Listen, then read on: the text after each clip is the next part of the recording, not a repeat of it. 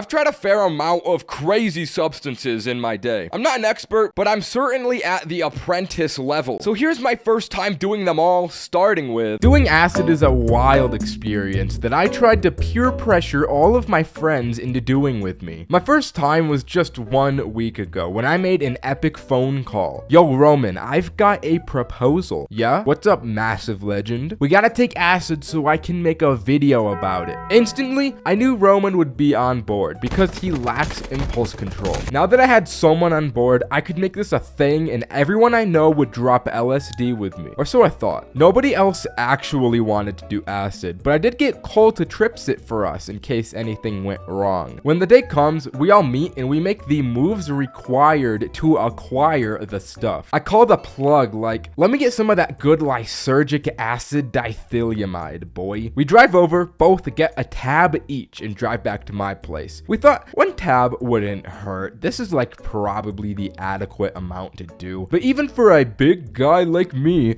this little paper messed me up. So we sit down, I put the little tab on my tongue to dissolve, but Roman just swallows the paper on some downright feral activity. We planned to play video games as we came into the trip, but didn't think anything past that. Hey bro, so what are we gonna play? I don't know. So we go to the PlayStation store and we come across this game called Funny Truck. This is the exact type of game you want to play when coming into an acid trip. This game went so hard. We're playing for like 30 minutes until we start to feel the effects, and Funny Truck really starts to live up to its name. The colors are a little more vibrant, our moods are boosted, and all these jiggly little people in the truck are the funniest goddamn thing we have ever seen. We keep playing the Funny Truck game for some time until Roman hits us with the, bro, we need to play some music. He stands up to play the music, but he just stands there without moving. So I stand up too, and I'm like, shit, everything is moving. I'm gonna go get the Alexa. I go get that thing, come back, and Roman still hasn't moved. I walk over to him and just hand him the Alexa orb, and he's like, what's this? The Alexa, bro, you played the music on it. So he repeatedly says, play Drake,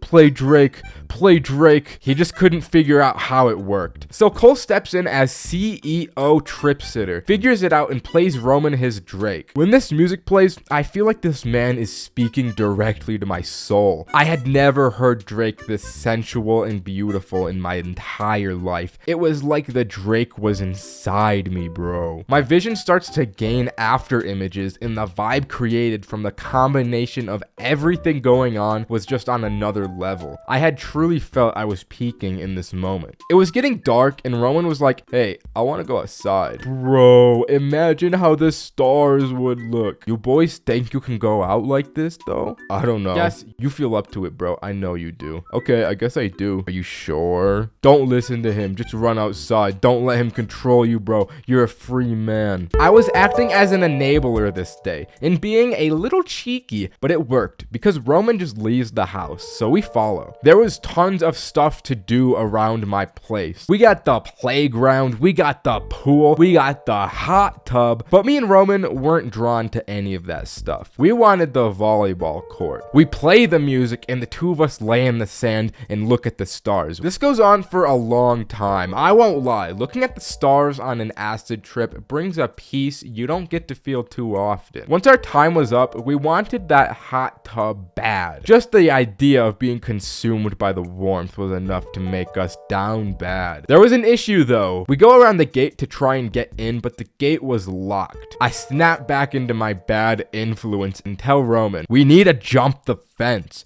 There's no other option. He jumps the fence, then I jump the fence. And Cole is like, all right, I'll just stay out on the lookout for you guys. As we enter this hot tub, our lives change. We get onto some real homogeneous mixture type shit because the two of us just fuse into the water. It felt like there was no barrier separating our bodies from the liquid. The three of us see a car driving past and we're not gonna take any chances. So the two of us jump out of the pool, over the fence, and back to my place where the Drake and Funny Truck are still going. I'm like, guys, we're in a time loop where we have to listen to Drake forever and play Funny Truck. Honestly, that doesn't sound that bad to me, man. So the night continues in what is essentially heaven, and the three of us game on acid. We ordered food at one point, and let me say, I got ripped off so badly. I ordered a medium Coke from McDonald's with a $10 edition of Freestyle orange flavor, and it was no different than a standard Coke. Does anybody know what Freestyle orange flavor is? Anyways, that's the story. Subscribe. Bye. Boys, I don't know what went wrong in the world, but somewhere in Atlanta, I imagine some business dudes were probably like, the nationwide epidemic of kids addicted to their vapes is genius. We need to hop on the wave for that bag. Any ideas? I've got an idea. Let's hear it. Okay, imagine a Whippet Yes? without the whipped cream, Yes? with tons of fun flavors, Yes? marketed as a whipped cream dispenser so we can legally sell it. You're a genius! The kids are gonna love this!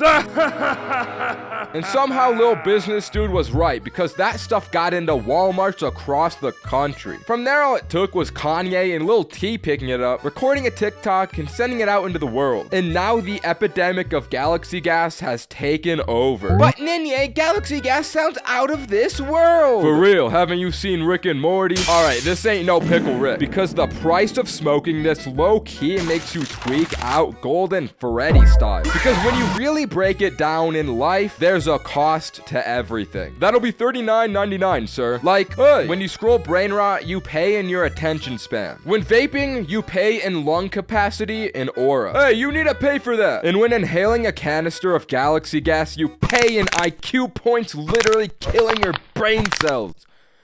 And also your aura. Excuse me, sir, did you just murder that person? Oh, not to get real scientifical, but Galaxy Gas is just flavored nitrous oxide, aka the enchanted Whippet, aka laughing gas. Oh, I love laughter. But this shit ain't nothing to laugh about, dog. It's probably like a 5 on the lethality scale. You need the vape and Skibidi Toilet crafting recipe, because this shit is literal canned brain rot. Oh, I love Skibidi Toilet. You are beyond saving, bruh. This shit literally causes hypoxia By depriving the brain of oxygen and killing brain cells?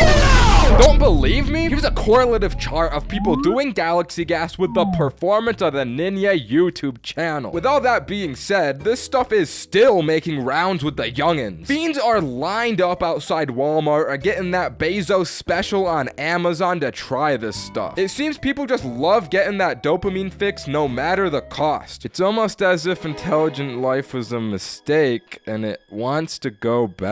You know what I'm saying? Call it the orb of confusion, the way it makes your brain slowly die. And I ain't no doctor, but kids huffing nitrous oxide and killing their brains in school has got to be worse than sucking vapes and killing their lungs. So I got a real life doctor to fact check me. Oh yeah, the fucking lungs aren't as important as your brain. Now realistically, the only people doing Galaxy Gas are dudes that want to try it once out of curiosity, regular users with genuine brain damage. There's a few people in wheelchairs from nerve damage, Kanye West, and lastly, me, exactly 2 weeks ago. But Ninja, you can't do Galaxy Gas. You just told us how harmful it is. Alright, listen, if I'm gonna start barking about this, I gotta be willing to bite. For investigative sake, I've put my life at stake here to see what the hype was about, and if Galaxy Gas is truly as harmful as people say it is. So locked in at Walmart, I start looking around for some Galaxy Gas. But like, where the fuck do you even look for Galaxy Gas? I don't know if this is in the culinary aisle, the pharmacy. My fat ass big back was in the bakery. So I go up to the employee like, yo, do perchance you guys potentially have a canister of Galaxy Gas in stock? Which is already top 3 humiliating bum moments of my life. Next to when I close Instagram Reels, only to immediately open the app again. And when Twin found out that Ninja was fucking with the school boss. So Walmart dude's like, the fuck is Galaxy Gas? He looks it up in the little Walmart inventory doohickey, and turns out that stuff is sold out. If you want, man, I can have it shipped to the store. And this may have been the top 1 degenerate bomb moments of my life, but I chose to ship Galaxy Gas to Walmart. And 2 days later, I woke up bright and early with a smile on my face and the birds chirping in the windowsill combo. Chirp, chirp, chirp. Life was feeling all sunshine and rainbows because I knew a fresh canister of Galaxy Brain Rot was waiting for me at Walmart. So I head over and acquire that stuff, finally able to see what all the hype was about and finally able to see if this would be the end of my life. But I wasn't about to die alone. I had to make this an event and gather the whole squad together. We're all standing around this canister like, guys, I think we all know what we should be doing first here. Does Galaxy Gas actually make whipped cream taste better? As complete bullshit as this product's marketing is, this is technically the intended use. We got the heavy whipped cream sugar connected to the dispenser infused with nitrous oxide, and after shaking vigorously, we had created what could only be described as the shittiest whipped cream that we have all ever consumed in our entire life. What the fuck, bro? What the fuck is this shit? Now, let's actually try this. Who's doing this first? Boys, I should do it last to build dramatic suspense for the video. Truthfully, I wanted to do it last because if somebody died here, it wouldn't be me. All right, boys, I guess I'll do it first. Wait, I want to do it. No. Roman starts inhaling this. Unbeknownst to us, he hit the Galaxy Gas way longer than he should have. We didn't know what we were doing. Roman then proceeds to completely fall backwards onto the ground. Oh shit, he's having a seizure. Oh my god. He needs CPR. CPR? Hey, bro, why'd you do that to him? What the fuck? Yo, guys. We got the ambulance on the way, dog. You'll be all right. Nah, guys. I'll resuscitate him. Guys, I'm fine. This feeling, it feels otherworldly. Oh, for real? Let me try this. And then Roderick started to dance and prance around the room. This was unsettling. Bro lost himself in the feeling. But next up was Adam. All right, boys, let's give this a try. Stone cold, as if eldritch horrors had appeared before his very eyes. I don't know what happened inside of Adam's mind in that moment, but it was not good. But since the 3 soldiers were still alive, it was inevitably my turn. I inhale the Galaxy Gas, and what happened was that I felt lightheaded for approximately 8 seconds before returning to normal. That was fucking it? People die for that? This shit pissed me off. It didn't even feel that good. This wasn't even worth the inconvenience of going to Walmart. I was left more confused than before I tried it. Fuck Galaxy Gas. For real, bro, this shit is ass. And we threw it off the balcony of Adam's $10 million house, never to be seen again because nothing good ever comes from Atlanta. I've done mushrooms a handful of times now, and I've only really had good experiences with it. I like that shit. Except for one time. I wouldn't call this necessarily a bad trip per se, but rather just a little freaky at times. I was chilling with my 2 boys. We'll call them Roderick and Cole. It was a Friday, September night at Cole's place with the good vibes in that good gas we was smoking. There's not much to say about the beginning of this night because it was before some of the more memorable moments happened, but I do have a little voice memo from it that I can play. We're in the kitchen right now, and the lights are off, and there's a blue light emanating from Cole. the bedroom, and I'm walking into the light. Thieves and beggars. Traveler, where have you come from? Travis. This is Skyrim. Eventually into the night, Cole brought out some mushrooms, which we had not discussed doing beforehand, and I was not entirely prepared for. He was like, yo, boys, we gotta do these shrooms. And we were both game. A little thing about Cole's place is that he lives on the top floor of his apartment. So best believe we were feeling bougie with the supreme views. We were staring out the window, looking down at the street when the shrooms hit it. And combined with the weed, it just sent us. I guess staring out the window was starting to give these boys some ideas because Roderick was like, bro, Bro, we should go for a walk. Which sounded good in the moment, but in hindsight, it's kind of a bad idea to walk around town late at night on mushrooms and completely baked.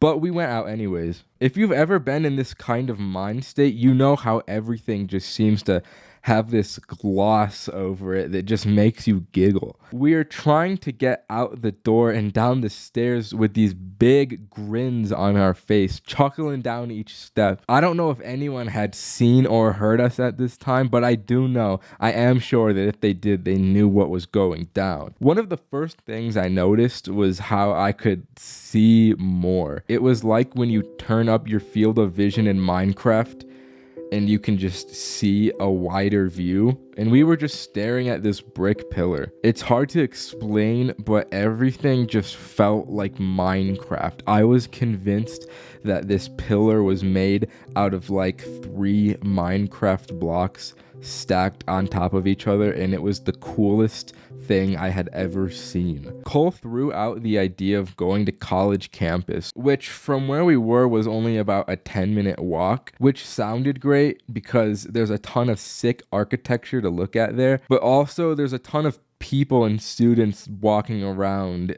But you know, what's the worst that could happen? So we were down. We had the objective. We have to get to campus. The particular neighborhoods we had to walk through to get to campus were very hilly, which my mind liked a lot. I don't know why, but I kept saying, bro, this is like Disneyland, bro. This is just like Disneyland, bro. And then this lady sprints right past us. We didn't think any of it at first, but then a few minutes of walking later, there were these 3 big homeless dudes walking in the same direction.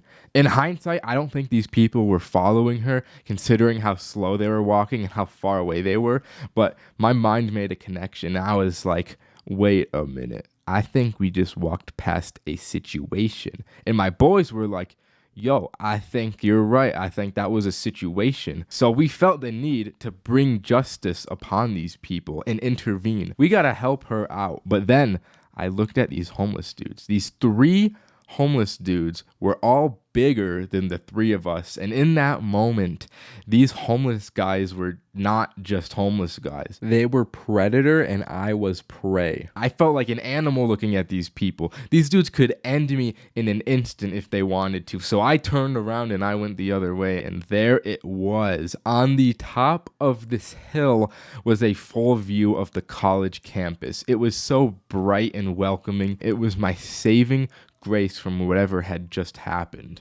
Walking onto campus, Cole started to get really into the architecture. And to be fair, it is really nice buildings. It does look cool. But he was like really into it. He was running around the place and he wanted to see all of it. But considering what had happened prior, that just wasn't an energy level that I could match him on. Eventually, going through campus a little deeper, we found that there was an entire amusement park that we didn't know about. I guess it was homecoming night and they had set up Ferris wheels and little rides. It was crazy and none of us knew about this. All those lights from the rides you would think would be so appealing to my shroomy brain, but since it was later into the night, only the workers were really around and they were in the process of taking down the rides, which kind of gave off this creepy abandoned amusement park vibe, which is never a good vibe to be in. So as we walked through the park, I noticed that one of the workers, he looked a little familiar to me. So upon closer examination, I recognized him as my own flesh and blood human father. This was my dad. He was just there. I guess he was just working some random job that I had no idea about, but my mind freaked out. I did not want to speak to my dad while I was on drugs. So I did this awkward speed walk thing to get away, but not too fast because I didn't want to bring attention to me, but you know, just like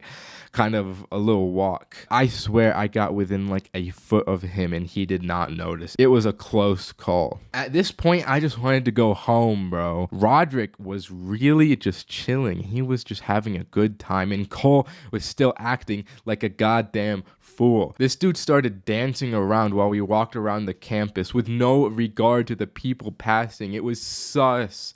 It was sus. But honestly, that's kind of a mindset I think everyone wishes they could be on. But considering what happened that night, I just wasn't there. I had to pull the plug at the night at this point, so I called up my girlfriend to pick me up. I was not about to walk all the way back. She picked me up, and when we got back to her place, I got the best sleep of my life. I was so relieved that I was in bed, it felt unreal. Despite the hectic night, we still got the good ending. If you're ever under the influence of shrooms, I would personally refrain from going out into populated areas for your walks. You can still go outside, I just stick to trails and like forest type walks. And if you start to freak out a little bit, make sure you have a girlfriend to call and pick you up. And if you don't, I'm not surprised. But I've smoked, I've drank, Lord forgive me, I've even done mushrooms. But in my eyes, all of those are fairly moderate or not bad substances. But this time, doing Molly was the first time I dipped my toes into the deep end and jumped into what I would consider the dark side. And I didn't even mean to do Molly this day. So it all starts at the end of my day. I had just gotten done with a long day of work and I was winding down and, well, I'll just let this video speak for itself. Doesn't get any better than this, brother. Got my One Piece, my Vizzy Hard Seltzer, and my Lego Vespa. This is gonna be a good night. When suddenly I got a FaceTime from Adam. I picked it up and I see him with the legend Roderick. They were like, bro, you gotta come over, Roderick's in town. And I hadn't seen him all summer, so I was hype. Yeah, bro, I'll come over, but you gotta pick me up because I'm off the hard seltzer, my boy. So my goons come and get me and take me back to Adam's mansion house. I had to put the brakes on the Lego Vespa, but I had higher priorities to attend to. So we get to Adam's house, run down to the basement garage, and get into the weed Porsche. We had the weed as we entered the car, but what I didn't know was that Adam had a little something else in his current possession. He turns around and reveals 3 different pills for each of us. Boys, I have Molly if we want to try it tonight. Now, I got a bit of whiplash from this. None of the 3 of us had done Molly at all before, so this was entirely out of left field. These 2 were both on board, but I was a little hesitant. Pills are nothing to trifle with. Adam had tested them, so we knew they were safe, but I was still a little sussed out, but also interested in trying them. In classic Ninja fashion, I said yes, but I opened up the pill and only took half. Because if this was gonna kill us, at least it would kill them first, holy shit. So we popped these little guys and waited for our digestive systems to do its thing. We bumped the music and had a little chit chat. After about 15 minutes had passed, this Pop Smoke music was starting to sound a little better than usual. We were enchanted by the woo, and the 3 of us just get so much energy from this music. We step out of the Porsche and decide to experience this in the outdoors. So we go for a sunset walk around the neighborhood. As we walk around, Adam discovers that walking backwards is apparently really awesome. So the 3 of us are walking through the streets backwards, and I imagine it would be a strange cryptid thing to see as a bystander. I remember this moment was when it really started to hit these 2. Adam was staring at the sky like, bro, I'm breaking through, holy shit. It was like that video of the guy doing DMT on CSGO. As for me, I'm not really feeling all that much yet since I only took half the dosage. We get back to the place and I take the other half. For the next half an hour, these guys feel like kings, but I never reached that peak since I spread it out. So we decided to smoke on top of the Molly, and this is where I get sent to the moon and only really remember certain parts of the night. I had smoked that Yarnum pack that had me feeling like a Lovecraftian 5th dimensional being. Before I know it, there's an Uber at the house. I had no memory of ordering one, and I had no idea where it was gonna take me, but I get in anyways. The drive felt like 20 seconds long, but it had to have been at least a 10-minute ride. The whole time, my consciousness is just shifting in and out, and it felt like I was teleporting down each block. We get dropped off at this trail, and despite being a place that I go pretty often, I was like, bro, Where are we? It was so dark, I couldn't even see the ground I was stepping on. I just moved my feet forward and trusted that I wouldn't trip or run into anything. I remember saying, guys, I need you to look after me right now. I'm too fucked. Which was absolutely true. If I was alone out here, I would have been no better than the wild animals. I would have slept in the fields or something. It was so dark, my depth perception was all fricked up, and the trees looked like two-dimensional images. I didn't even feel like I was walking. It was like I moved in place while the world spun under my feet. The trees were coming at me. I wasn't walking towards the trees, if you know what I mean. Before I know it, I'm in another Uber going home. We get back to Adam's place, and it was somehow 4 a.m., which is just an absolutely devilish time for me. Mind you, I go to bed at like 9 p.m. on a normal day, so I passed out. I wake up at like 6 a.m. and I get a ride home on my feeble 2 hours of sleep. And you would think it's over here, but that's not the end of the story. For the rest of this day, I'm just tired and chilled out, building my Lego Vespa and watching shows on the telly. Until about 6 p.m. hits, and I get another FaceTime from Adam. Come over, bro, we got more Molly. We're taking it again. I was like, what the fuck are these people doing? They're gonna stay up for 2 days non-stop on Molly. What the fuck? So I head over to Adam's place, and he still has Roderick over there, but also my boy Kevin is partaking in this unholy day. This time I'm purely here to observe. I'm not doing it again until Adam offers me mushrooms. So you know, I won't lie, I ate a little bit, but just a little, not that much. The four of us Uber to Safeway for yummies. We walk in there looking sus as hell. I can't stop smiling. I try my hardest not to, but it's just something I couldn't do, man. I end up buying an entire box of donuts, and we Uber over to the park for a walk. We get dropped off by my boy Cameron's house, who lives by the destination, and he comes out just because he hears us outside. Just like that, my little party has grown to 5 people, and I'm handing out these donuts like I'm Mr. Beast philanthropy. From a storytelling perspective, this walk doesn't really have much to talk about. It was really just a fun and peaceful time. A late night walk out with the gang through the forest was just really nice. The entire walk, somehow, Cameron didn't catch on that the 4 of us were on drugs, which I think is really funny. Lord knows I'm not doing anything harder than Molly, especially not lean. Looking back on it, I don't think I'd do Molly again. It's just a little too intense for me. Mushrooms are where I draw the line. I'm sure a few people are gonna want to do Molly from this video, and if you really want to, I can't stop you, but if you're going to, you gotta test it like Adam did. Pills are not something you want to take risks with. All right, my 85.4% men, 12.4% females, and especially you 2.2% unspecified. Thank you for 10,000 subscribers. That shit is epic as hell. Bye.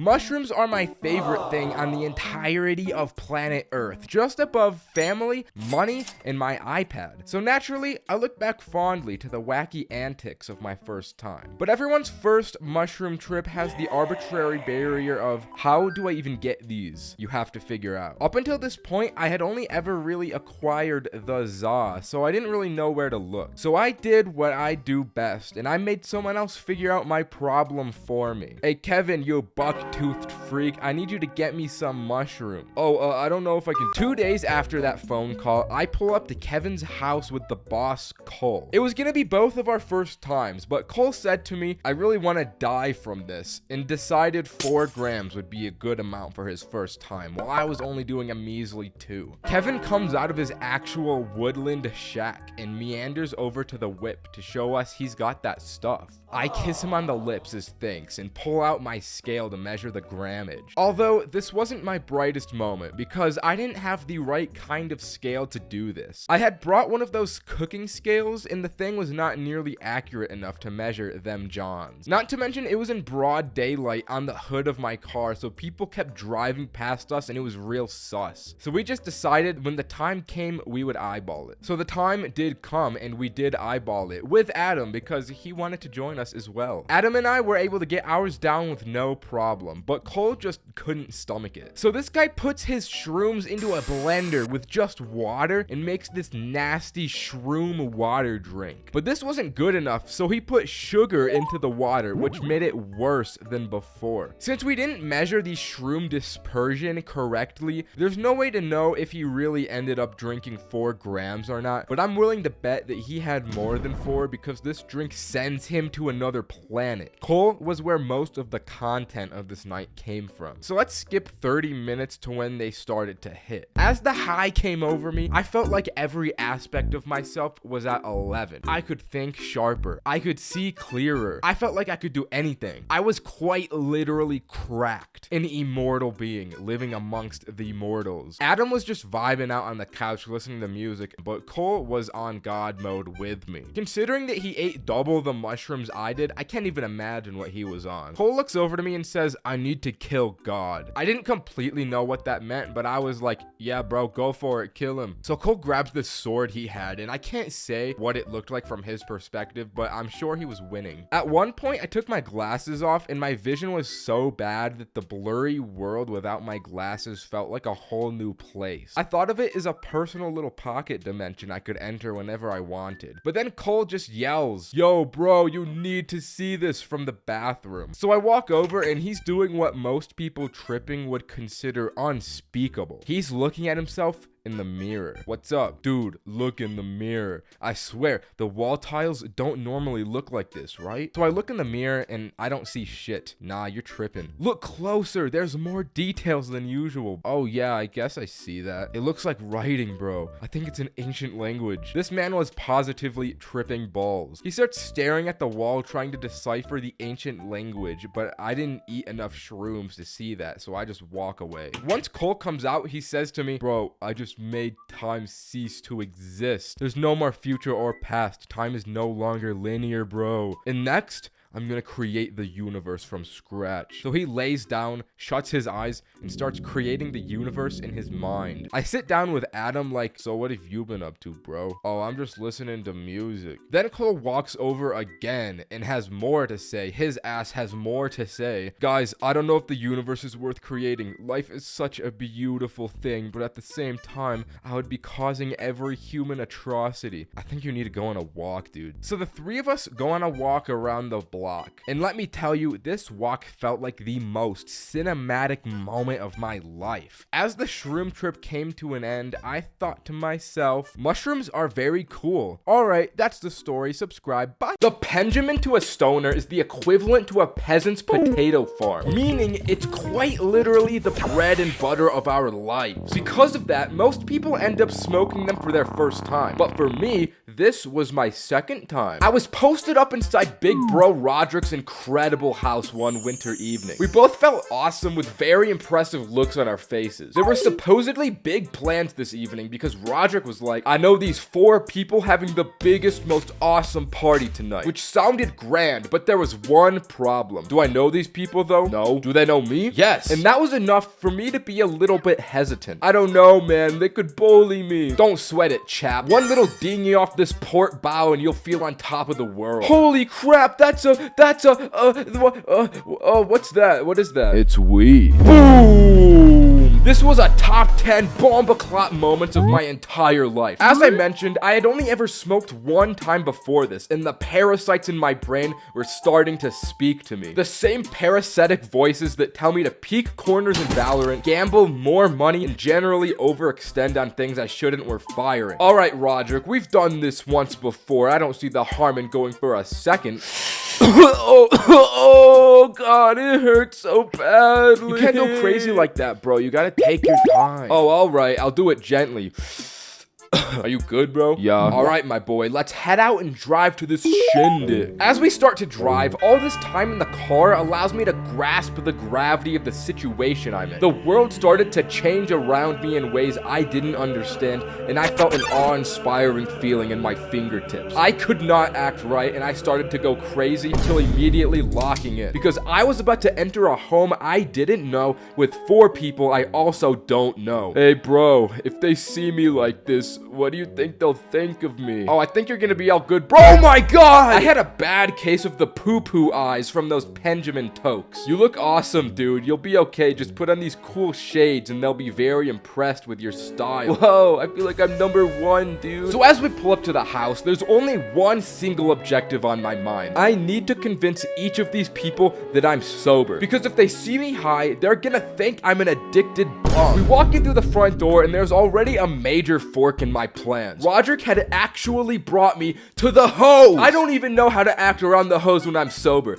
And those pen hits gave me slurp juice brain. Luckily, there was only this one girl named Sarah as we walked in, but I kid you not, she looked exactly like the Fortnite Sunstrider skin. God threw a level 10 baddie my way, and I started getting anxiety. But I couldn't forget the objective at hand. I can't let Sunstrider find out that I'm high. Yo, what's up, Sarah? This is Ninja. Oh my god, Roderick has told me so much about you. Alright, I can't mess up my first introduction. Yo, haha, that's awesome. Okay, that wasn't bad. Alright, I'm gonna go say hi to everyone else. Bye, guys. God damn it, now I'm all alone with her. So why are you wearing those shades in the middle of the night? Off rip, she's going for my weak spot. I gotta change the subject. Are you very impressed with my style? Fuck. Yeah, you look really cool. This is too stressful. I need to go somewhere to blow off a little steam. Alright, where's the bathroom? So we go upstairs and she shows me to the little man's room and I start doing push-ups on the ground like, ugh, fuck yeah, ugh. I'm trying to get a little pump in an attempt to get my head back in the game. But while grunting and moaning on the floor, I can see Sunstrider's feet from under the little crack of the door on the floor. So hopefully, she didn't get the wrong idea from my sounds. But I waste no time to text Roderick, I'm afraid of the hose, bro. In which he replies, don't worry, I'll clutch up for you. So as I leave the bathroom, Roderick comes upstairs with a deck of Uno cards and a bottle of vodka and starts telling us rules like, you two gotta drink every time you draw a card. Sarah, you go first. Bro is taking some big dog initiative in this situation. And then Roderick essentially just falls back down the stairs. Now I'm pretty much locked into playing Uno with this one girl at this point. But I start dicing her up with these draw fours like I'm a professional at this. And in no time, Sunstrider starts getting all bomba clot from the drink. She starts getting into all this girl talk like, I fucking hate my friend Melissa. She fucked my ex-boyfriend last week. and I'm like, damn, that's crazy. Well, I keep pulling out these draw fours like nobody's business. Somehow before I knew it, Sunstrider had inched her way to sitting right next to me. She starts taking whole swigs from the bottle and looks at me like, You haven't drank anything yet. You can't be the only sober one. let's fucking go! This whole time I had successfully masked the fact that I was high, and her saying that just confirmed it. So I take a celebratory swig, but then she starts doing some weird shiz, like putting her hand on my thigh like, Fuck Melissa anyways. but it turns out she drank more than she could handle because she couldn't control the volume of her voice and she said that really loudly. Before we know it, this girl runs upstairs like, What the fuck did you just say? Turns out Melissa was at the party and heard everything. The two other girls come running up from behind Melissa and a whole fight starts breaking out before I could process what was about to happen to me. Even this girl's little brother walks out of some bedroom. I didn't even know he was in the house, but he starts to get involved in this. I'm just sitting on the floor watching it all unfold until Roderick slowly walks up the stairs behind them and beckons me to come over to him. He's like, yo, I don't know what's going on, but we should probably leave. I'm down, bro. This place is getting a little too heated for me. So we sneak out the front door and drive away. I start telling Roderick about what happened with me completely washing this girl in Uno with no remorse for her soul. And he drops the biggest plot twist of the night. It turns out he had rigged the cards and made every other card draw in my favor so that the girl would drink more and make the situation less awkward with me. So if there's any takeaway from this story, take your time with the Benjamin because it hits very hard. Before you know it, you'll get anxiety from the hose.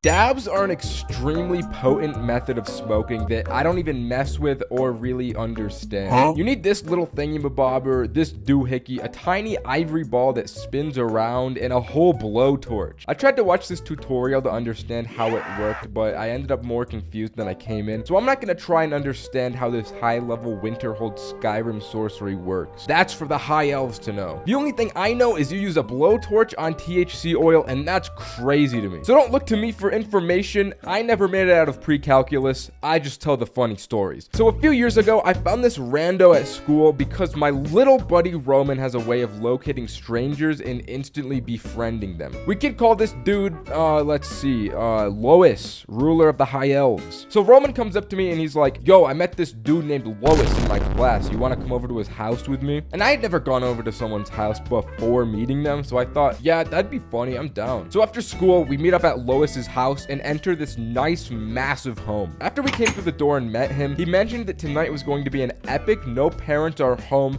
we can do anything we want type of deal. So we popped off and he led us into his bedroom. As soon as we entered his room, it reeks and there's garbage everywhere. Bro's room was completely different from the rest of the house. He had clothes all over the ground and probably like food crumbs in his bed sheets. But the most bizarre thing he had was an open bag of coffee beans lying on the ground under his desk. I asked him, bro, why do you have an entire whole thing of coffee beans in your bedroom? And he explained to me how when his parents make him go to bed at night, he likes to secretly stay up and game. But when he gets too tired, he swallows the beans whole with some water because he doesn't know how to use a coffee machine. And that was the first red flag that we were in the presence of an actual sociopath. And then he wasted no time to instantly pull out the entire dab rig. So you guys ever smoked dabs? And to be honest, neither of us really even knew what dabs were at this point, but we didn't say all that. We were just like, nah. And then this kid proceeded to pull out one of those wax weed pens and a syringe. He opened up the pen,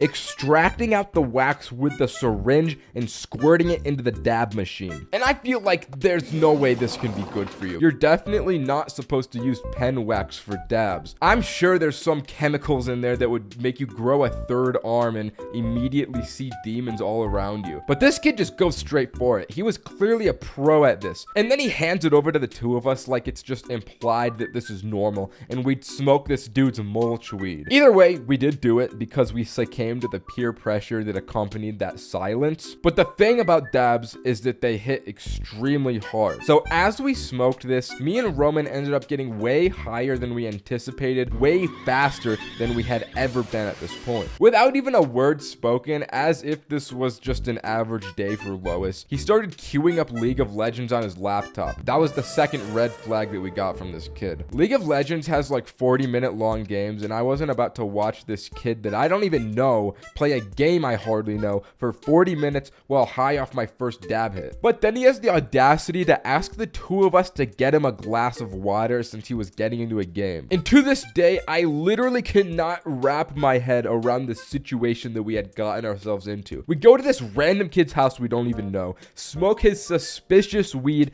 and then he ignores us. And the fact that he's so casual about the whole situation makes me think that he's done this to other victims, and every time his parents go out, he just picks a new kid from school to do his biddings. So me and Roman go down to this dude's really nice kitchen and start eating all of his food while plotting and preying on his downfall. On one hand, we had a really cool house to stay in, and we could just eat all of their expensive snacks with no real repercussions. On the other, we'd have to spend the night with this strange elf person that kind of seems like he's using us. In the end, we decided to troop it out for the night because, to be honest, if we were to leave, we probably couldn't find our way home in the current state we were in. We brought up this dude's little Wawa drinky in the sippy cup and tried to make some kind of conversation with him just to see if he was going to do anything else but play League. But the way he was glued to this game, we kind of realized that this was all he was going to do. So we just walked out of the room and started exploring and pillaging all around this dude's massive house. I mean, it's not very often that you get to go through a stranger's house with no supervision and off a dab hit. And let me tell you, this exploration felt otherworldly because of it. The house could have felt way bigger than it was because we were high, but going through the hallways, the rooms just felt endless. The amount of bedrooms were ungodly in this house, and it took all of me and Roman's collective willpower to not steal their belongings. It was like getting into the loot vault in Fortnite and resisting the urge to take a golden scar. We eventually found what seemed like a family computer room, so we decided to set up camp there. We migrated back to the kitchen to get our yummy snacks and came back with a massive load of epic foods. We kind of just played random games on this dude's computer for a few hours, and the whole time this kid did not come looking for us. We set an hourly alarm to routinely check on the kid just to see what was going on with him, but he was literally just playing League all all night. Multiple hours passed of this, and it got to the point where we entered ungodly hours of the night, and we just wanted to go to bed. But this dude was completely unwavering in the face of the tiredness. He was gaming all night. This went on for so long, we just started to theorize this kid forgot we were in his house. But we didn't want to go to bed because it felt weird to just sleep in a stranger's bed. So we conducted a plan to sneak out of the dude's house undetected. We called our friend Adam to pick us up a few blocks down from the house, and on our way out, we stole a bag of Cool Ranch Doritos and tactically shut the front door behind us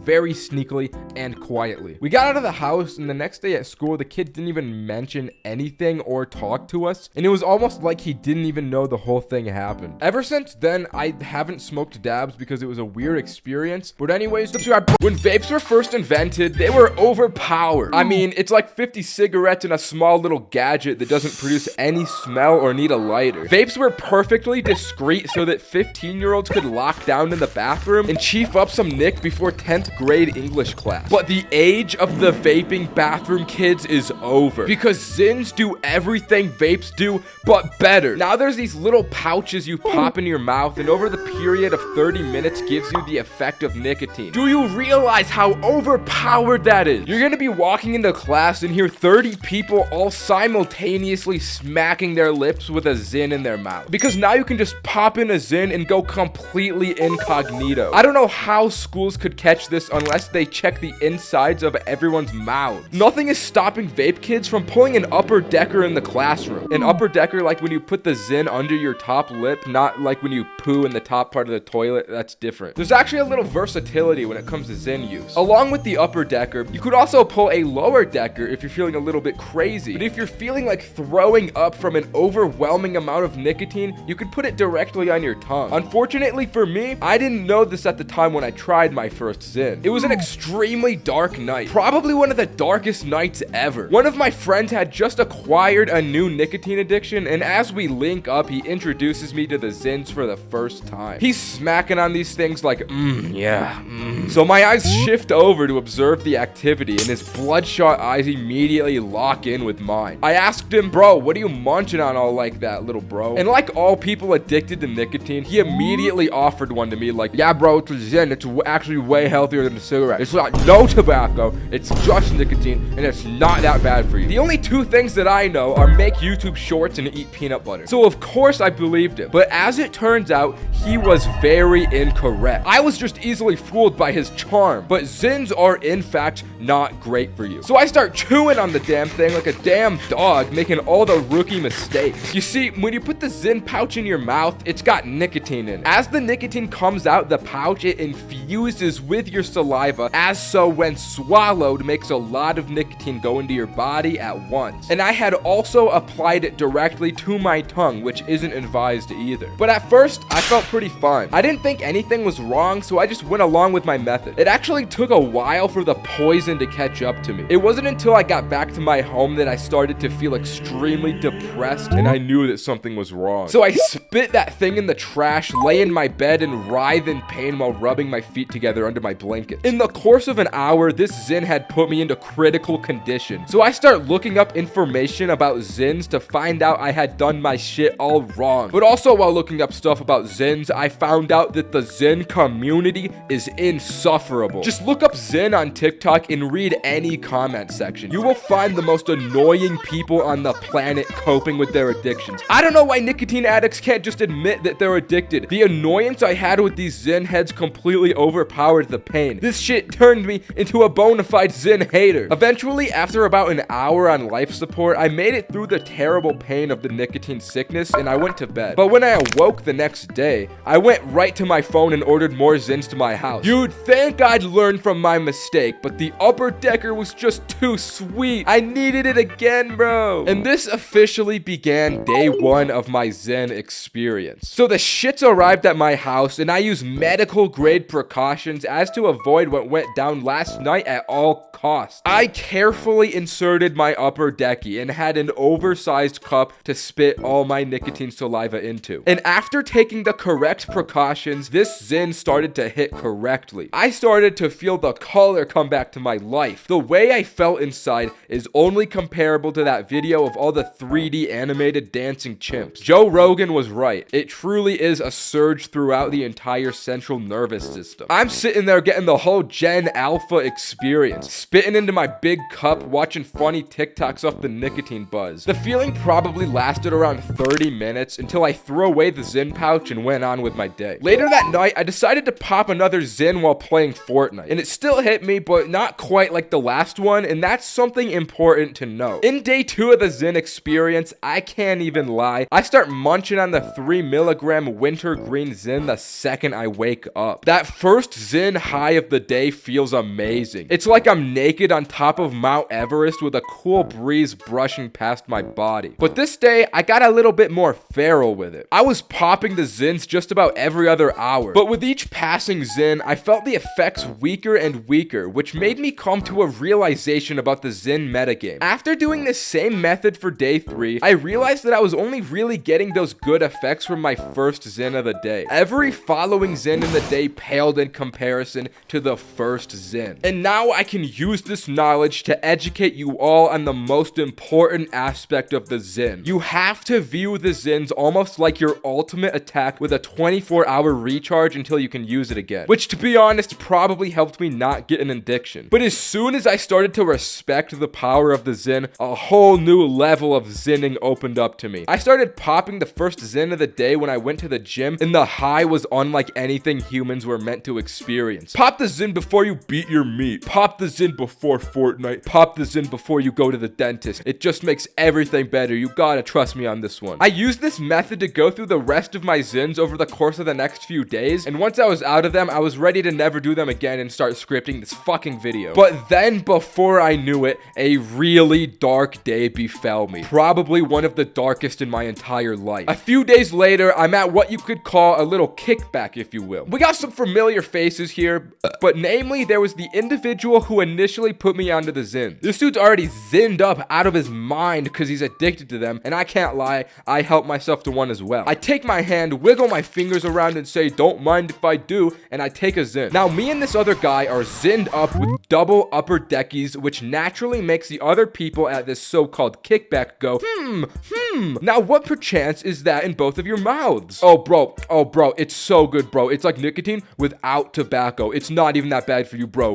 And in that moment, I realized I had became the evil I sought out to destroy. Somehow the Zyns had snuck themselves into my life and slowly turned me into a Zyn person day by day. I thought I was better than this, but the Zyns had bested me. So I immediately burst into tears, ran away from the kickback, and sat under a tree like that really opium image of the wolf with the wise look in his eyes. I probably look just as cool as he does in that image, to be honest. I said to myself, damn these Zyns! Damn them all to hell! And I swore to never pull a sick upper decky again for the rest of my life from that moment forward. This was probably for the best because except for lifelong nicotine addiction, I was afraid of them corroding my gums and turning me into a British person. You never know, this might just be a psyop from the United Kingdom to bring down our beautiful American teeth standards to their level. I wouldn't put it past the CEO of Zyn's, Lard Dargan, to be plotting something like that. He looks like he would plot evil schemes. In the end, I gotta say, Zyns are just another common L for nicotine. Okay, bye!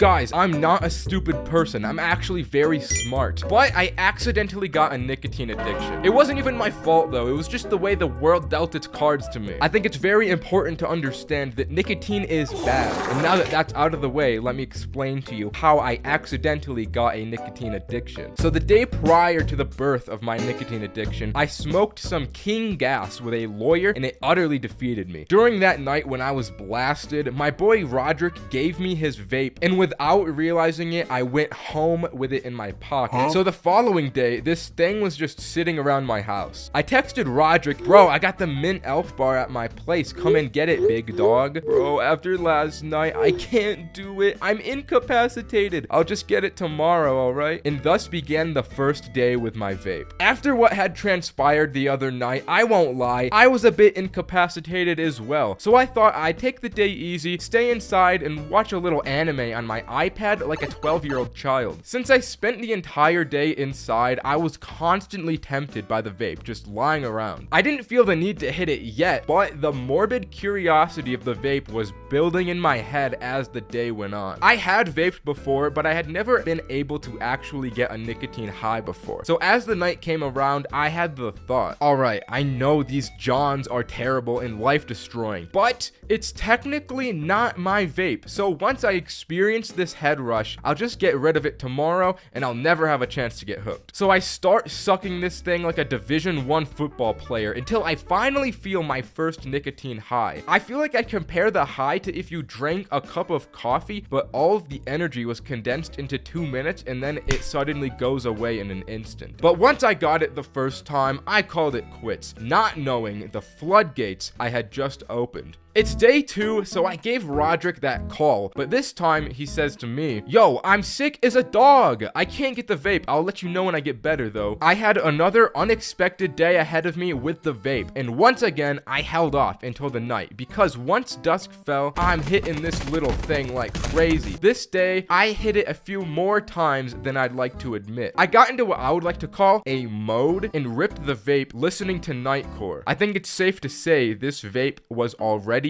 beginning to change me in insurmountable ways. So as day 3 rolled around, I was like, I can't be doing this. I gotta keep clean today. I won't chief that stinky elf bar one time. And I actually did keep to it. I resisted the urge until the dreaded day 4 came around. Don't even get me started on day 4. Oh my god. So I was running the usual, laying in bed, living in my own filth, and watching iPad anime. I was feeling like a degenerate and fittingly binging Chainsaw Man. I was just as low as Denji. There's a specific part of the show where this girl with an eye patch says, hey, you smoke cigarettes? And this guy with a sword says to her, nah, it bad for my bones or whatever. To which she replies, you'll never survive in this world if you don't have a cigarette addiction, and peer pressures him into getting a nicotine addiction. Now, that peer pressure worked on me too. This scene had me hitting the vape like never before. I was holding the iPad like, I want to be unhinged. I need a vice. She's so bad, bro. I just want to be like her. Oh my god. So Chainsaw Man the anime and this woman in particular are who I really blame for starting my nicotine dependency.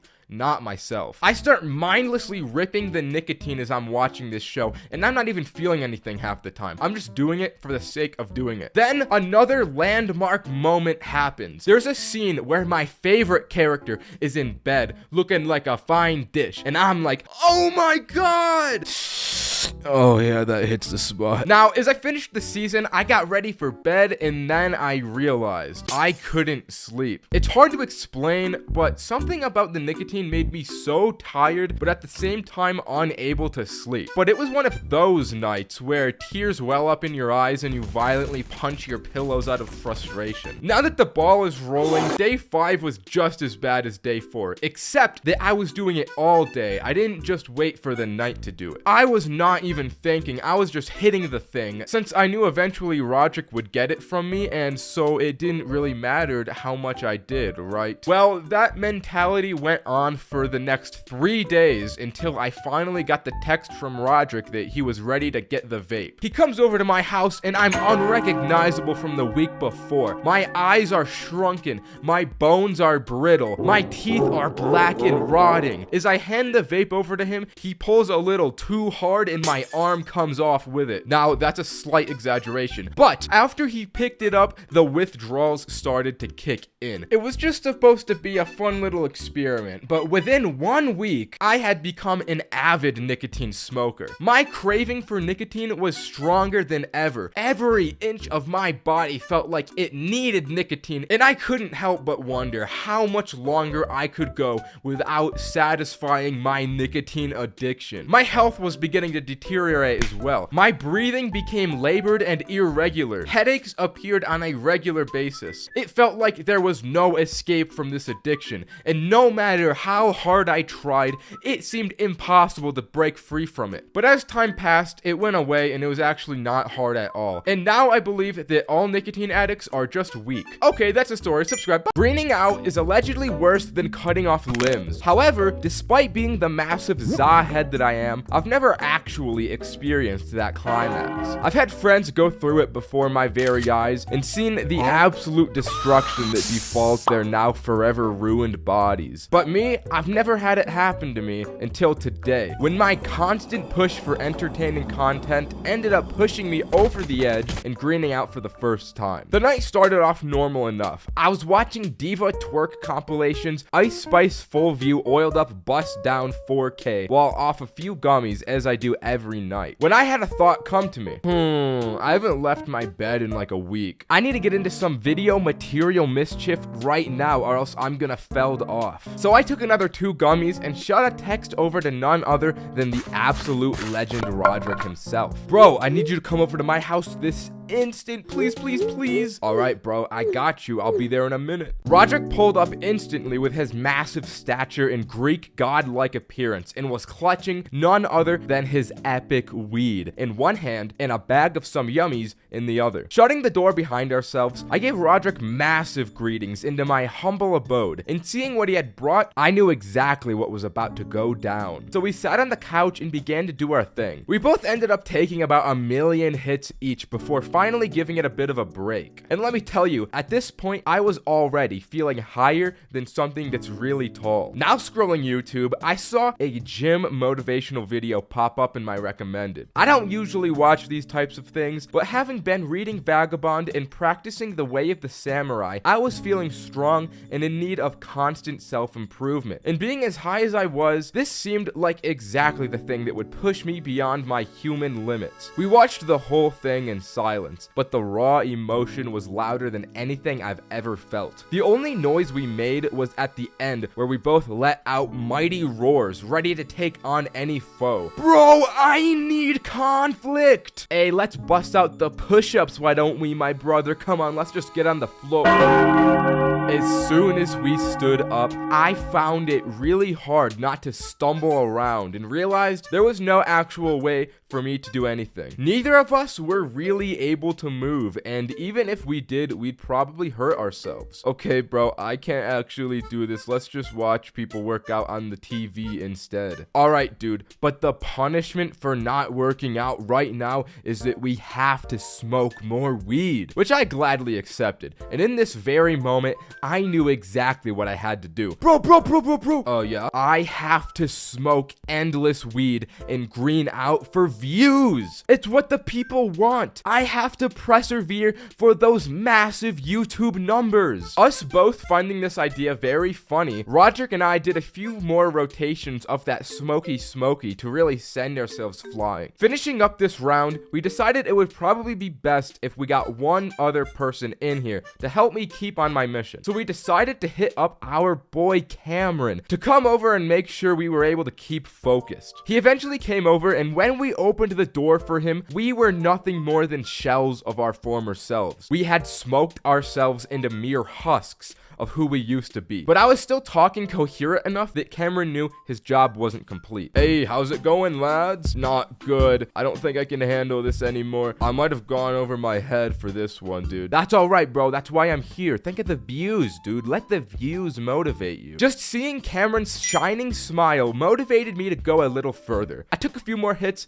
but not nearly enough to green out. But I was high enough to be brain dead. After a few minutes had passed, I heard another knock at my door. My first thought I had to myself was, oh, Cameron must have gotten here, forgetting he had arrived minutes ago. When I opened the door, it was actually some missionaries that had came from the church, inviting me to a local event they were hosting. I start to panic here. I couldn't even remember that Cameron had entered my house, so I knew I couldn't communicate with the missionaries. Oh, you guys, hey, come here, come over here. My words were bullshit, but sounded convincing enough to be real. I got Cameron to the door and ran away to hide. lied. Oh yeah, Cameron already got here. He took care of those guys for me real good. The missionary encounter had shaken me up a bit and faltered my motivation visibly. I'm struggling here, my boy. You're gonna need to do something real moving to get me any further, Cameron. Then he did something I never expected him to do in my life. In an act of true selflessness and purity, he ate his first ever edible for my sake. Now that I'm gonna be high for the first time, boys,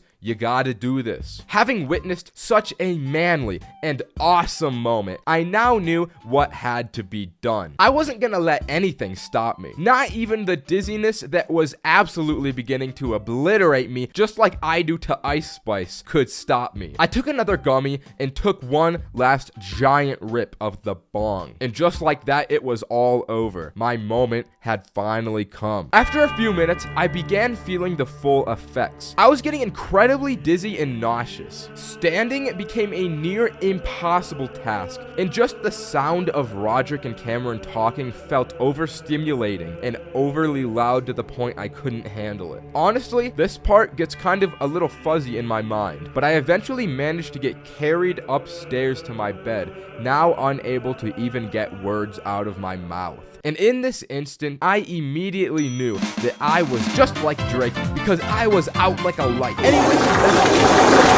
Listen, smoking can be fun and all, but anyone who's done it consistently knows that it can get stale. If you think about it, it probably makes sense scientifically. After you feel the same stimulus, you'll eventually grow jaded to it. But people who don't smoke almost always take the high experience in entirely new ways. So I decided to get a group of friends together that have never smoked to test this hypothesis. I don't have a lot of friends though, so it was only 2 people, so please don't comment on that. But my lucky individuals were the legend Cameron and my friend Jaime. Jaime showed up to my house first, and completely unannounced to me, he came in full Joker face paint. When I saw this, I got the feeling that this night was gonna be really funny or really scary for Cameron. I didn't know how he'd take this once he saw it high. But eventually, young Cameron pulled up, and I gave the 2 of them edibles because they didn't want to hurt their little lungs. So while we're waiting for these to hit, I really start hyping the whole thing up to these guys. Alright guys, listen, this is gonna actually change your lives. This is gonna be the best experience that you've ever had. And Jaime was like,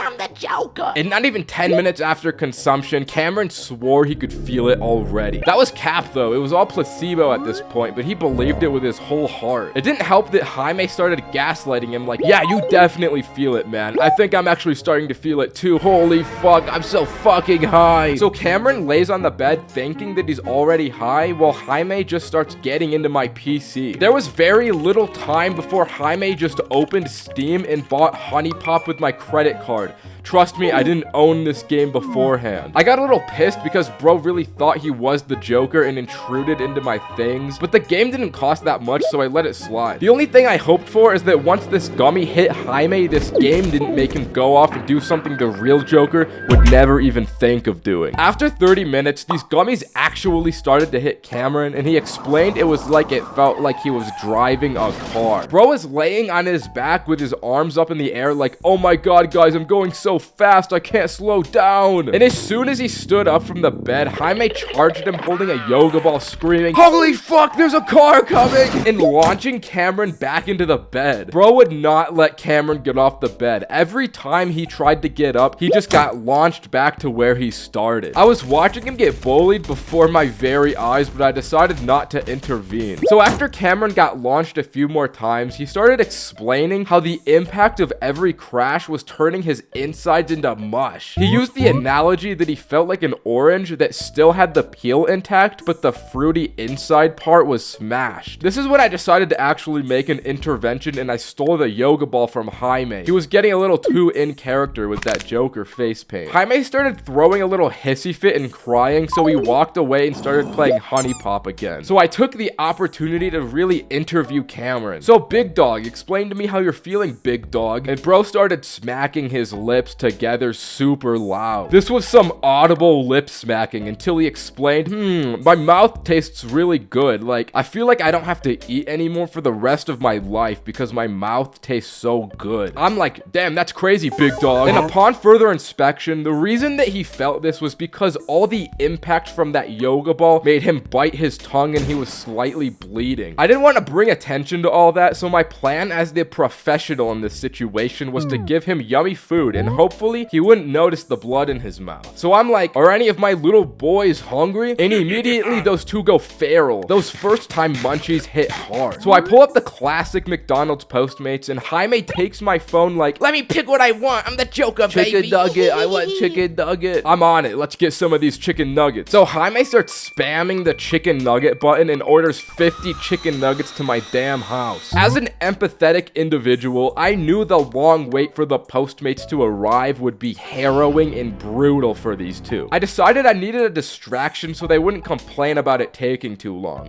mainly Jaime. So I pulled out the iPhone projector and started playing Five Nights at Freddy's Game Theory lore videos because I know Jaime loves those. After not even getting a few minutes into the video, I came to the realization this was actually a terrible mistake because it started to make Jaime genuinely tweet. Five Nights at Freddy's 4 is the worst thing to ever happen to the series. What is Blood yapping about? I don't know, man. I'm really hungry. It totally has all the pieces for a dream theory to be true, but no. Is this like an issue? Like, should we stop him? I don't know if this is bad for Why his is health the or Chica something. toy missing its beak? I don't What the fuck know, does any of that man. mean? And what the fuck is Juniors? Why don't people realize FNAF 3 takes place in 2015? 30 years refers to 30 years since the original murders in 1985. Not 30 years since the first game. That makes no sense. Luckily, the Postmates notification cut him off and it was chicken nugget time. Let's go. So we ran downstairs, got the food, ran upstairs, but as me and Cameron got to the bedroom, we decided we needed water with the nuggets so that we didn't choke to death. Before we went back downstairs though, I decided to snap a little picture of the scene in front of me. Because seeing Jaime in Joker face paint playing Honey Pop with 50 chicken McNuggets was something I didn't want to forget. But unknown to us, this would quickly become a top 10 moments caught before disaster image. So we go downstairs, fill up the water in the slow refrigerator faucet and head on up. And in that short amount of time, Jaime had eaten every single one of the 50 chicken nuggets. What the fuck happened to the nuggets, dude? Oh my god, no. Why?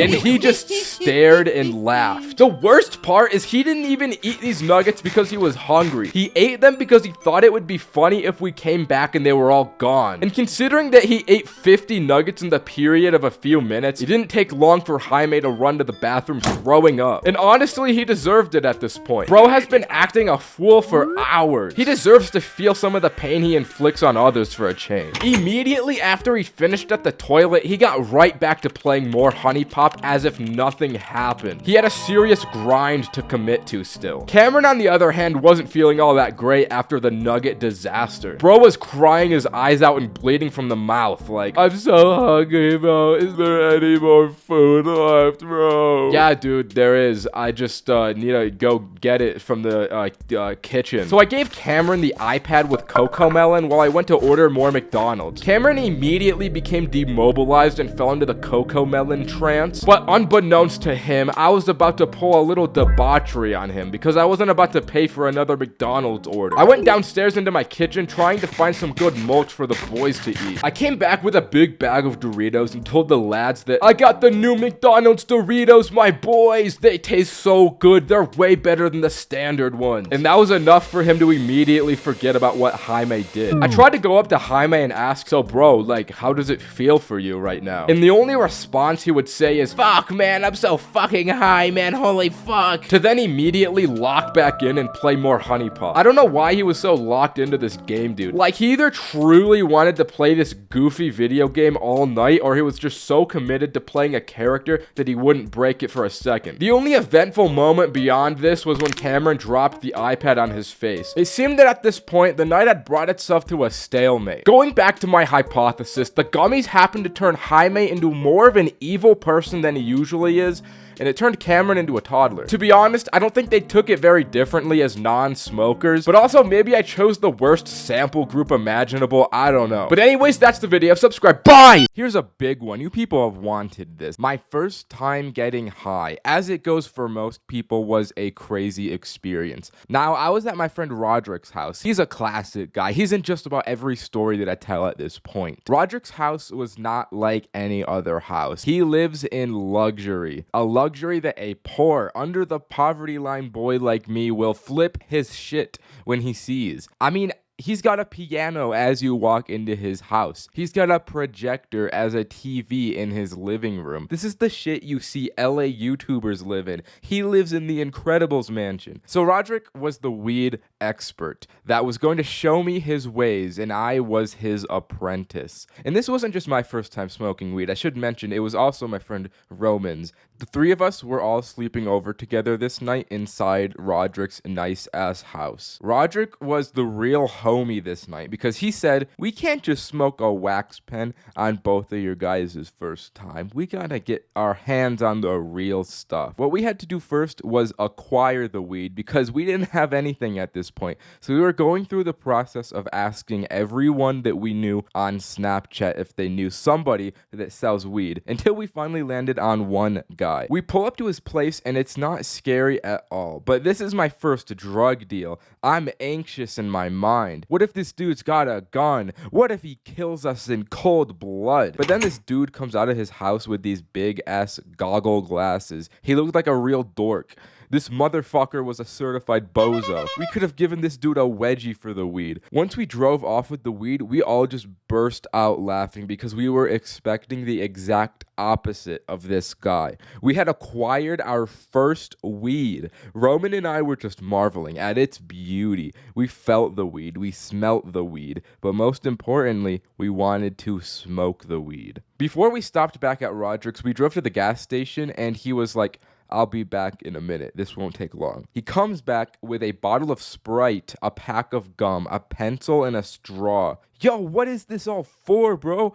You'll see, bro. You will see. So we drive back to Roderick's place, run to his bedroom, and assemble all of our stuff. Roman and I just sit back while Roderick works his magic. He drinks the whole Sprite bottle, takes a gum wrapper, and wraps it over the top. He pokes some holes in the wrapper, and then he stabs the side of the bottle and sticks a straw in. And just like that, we had our own homemade bong made. It was a pretty jank way to smoke weed, and it didn't work all that effectively, but we had to make do with what we had. We were on limited resources. So we smoked out the Sprite bottle, and I don't know what was in this weed, but it affected Roman and I in a way weed has never before since then. In my going for a walk on mushrooms video, I mentioned how the mushrooms made my vision like in Minecraft, how your FOV can increase. In my experience, that's pretty usual for mushrooms, but this was the one and only time that I've had this effect solely from weed.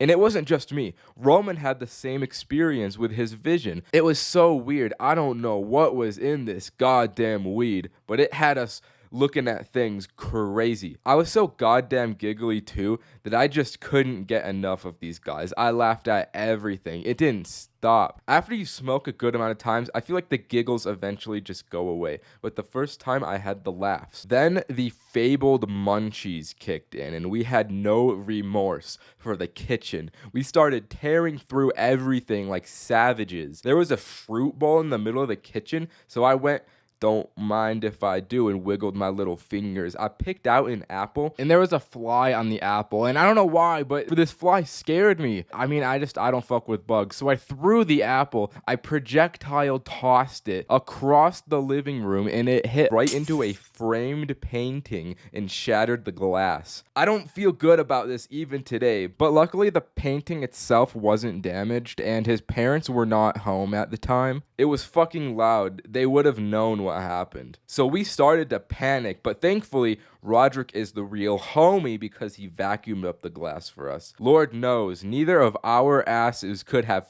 functioned a vacuum in our current state. And by this time, I started fucking up the Pop-Tarts, and I just forgot about what happened. I wasn't joking when I said we were savages. We were on a real ruffian shit. Roman went back to the room first with his snacks, and as I followed behind him, I entered the room to see that he was unclothed. He was only wearing his undies. He was sitting on Roderick's bed, eating a family bag of chips and watching YouTube videos. I feel like it's almost a universal experience where people smoke weed for the first time and search videos to watch while high on YouTube. And the same videos always just come up too. I know that you have seen this cartoon before. This video had us mesmerized. It was beautiful. We went on a YouTube binge for like over an hour or so, and I couldn't tell you how it happened, but we eventually ended up on Diary of a Wimpy Kid YouTube. We were just enjoying some classics like Greg Heffley is a Sociopath. After we got bored of YouTube, we put on some lo-fi beats, and Roderick had this light projector that put stars all over the walls, and we fell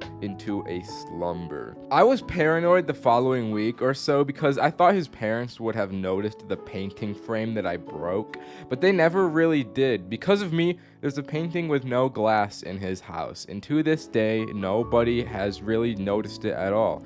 So that was the story of the first time I smoked weed. Okay, bye-bye. I feel like everyone's first time eating edibles involves disappointment, quickly followed by a wave of high hitting like the GTA 5 train. It's just unstoppable, leaving yourself floating at the mercy of the sea of THC, just hoping you didn't get too high. It's the classic these edibles ain't shit dilemma. And in my case, my first edibles really were shit because the mixture of THC in these brownies I got were just not evenly spread throughout. I got my first edibles from this one kid I went to school with. I didn't really know the guy, but I knew Roman, and he knew the guy, so I trusted the guy. He had baked his own edible brownies he was selling at school, so I decided to jump on the opportunity, and I bought 3 of them for Cole, Roman, and me. We got through our day of school with the weekend ahead of us, so we decided to all assemble at Roman's place that night and eat the brownies. And if anything bad were to happen, we had Saturday and Sunday to recover from this. So it's around 6 p.m. and the 3 of us are all bunkered down in Roman's bedroom. We had prepared for the munchies, so we had boxes of Oreos, bags of Doritos,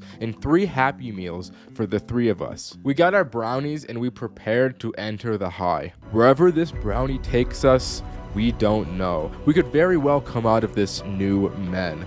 Let us surrender to the high in complete acceptance. There's no fighting what's to come. So after the epic speech, we eat our brownies and we start playing Minecraft. We make a new world with the hopes that we'll make some weird stuff we can look back on when we're sober, but I won't lie, we don't end up playing the game for very long. Just about every 4 or 5 minutes, we're all like, feel anything yet? No. Nah. Damn, I hope we didn't get scammed. After 30 minutes or so pass, Cole just falls over and starts laughing. These brownies hit him hard. Almost as hard as the carbon monoxide poisoning that will be taking out Chains for Real on the 16th of October, 2023 at 4:08 a.m. The 2 of us turn around and this dude is already shredding into the Happy Meal with no remorse. Damn, that shit must have really hit. Seeing Cole act a fool had some kind of chain reaction on me because I started to feel these brownies almost right away, and I started tearing into my Happy Meal with no remorse. We get our toys out, and at the time, McDonald's had Frozen 2 toys, so I got this man that looks like he's made out of literal shit, and Cole got the same guy. These toys were also projectiles, so we're just shooting each other with the shit man and losing it. This whole time, Roman is just sitting here sober as a doorknob. I mentioned how the THC wasn't spread evenly throughout the brownies. What ended up happening of that was Roman didn't get high at all, while Cole and I got a super concentrated part of the batch. So we're having a good time while Roman just has to assume the parental figure position for the night. It's unfortunate, but Roman never experiences fortune, so it is what it is. The 2 of us completely ignore Minecraft to destroy every crumb of food we have. I start getting thirsty, so I leave the room and I start walking to the kitchen. I see Roman's mom coming in my direction, so I quickly just make a turn to go into the bathroom to avoid her. When I walk into the bathroom, it feels so still. It's a little cold and there's not a sound. I stare at myself in the mirror for like 10 minutes without breaking eye contact, and I just think to myself, Damn, I'm really just a guy on drugs right now. my thoughts get broken by a loud thump from outside the room. So I go out and I go back to the bedroom and I just see all the Happy Meal boxes crushed flat on the ground. Cole is just walking around talking about Don Juan, some Spanish dude that seduces women, I guess. I don't really know. I'm like, Yo, what was that noise? and I don't even know what Roman said back to me because I just enter a new dimension in this moment. I don't know what it is, but I'm just hit so hard. I tune out the entire external world and get taken somewhere entirely different. I lay on the bed and just focus all my attention on the sound of the Minecraft soundtrack that's still playing on the game we abandoned. Me and the bed just become one being, and I'm like this for the rest of the night. I don't even notice it, but Cole and Roman leave the room, and apparently they went off on a walk and got chased by a dog or something. I'm not all too sure because I was gone and out for the rest of the night, but that's just what they told me. The next morning, I woke up feeling super tired, but it was also kind of a nice tired. I just felt chill. Roman was fine, but Cole's pants had an entire bottom half of the leg ripped off. I was in such a chill mindset, I didn't even bother to ask, but it seemed like those two really went through some shit. Once the night was over and I had successfully done my first edible, I look back on it glad that Roman didn't get to experience it at all, because fuck him.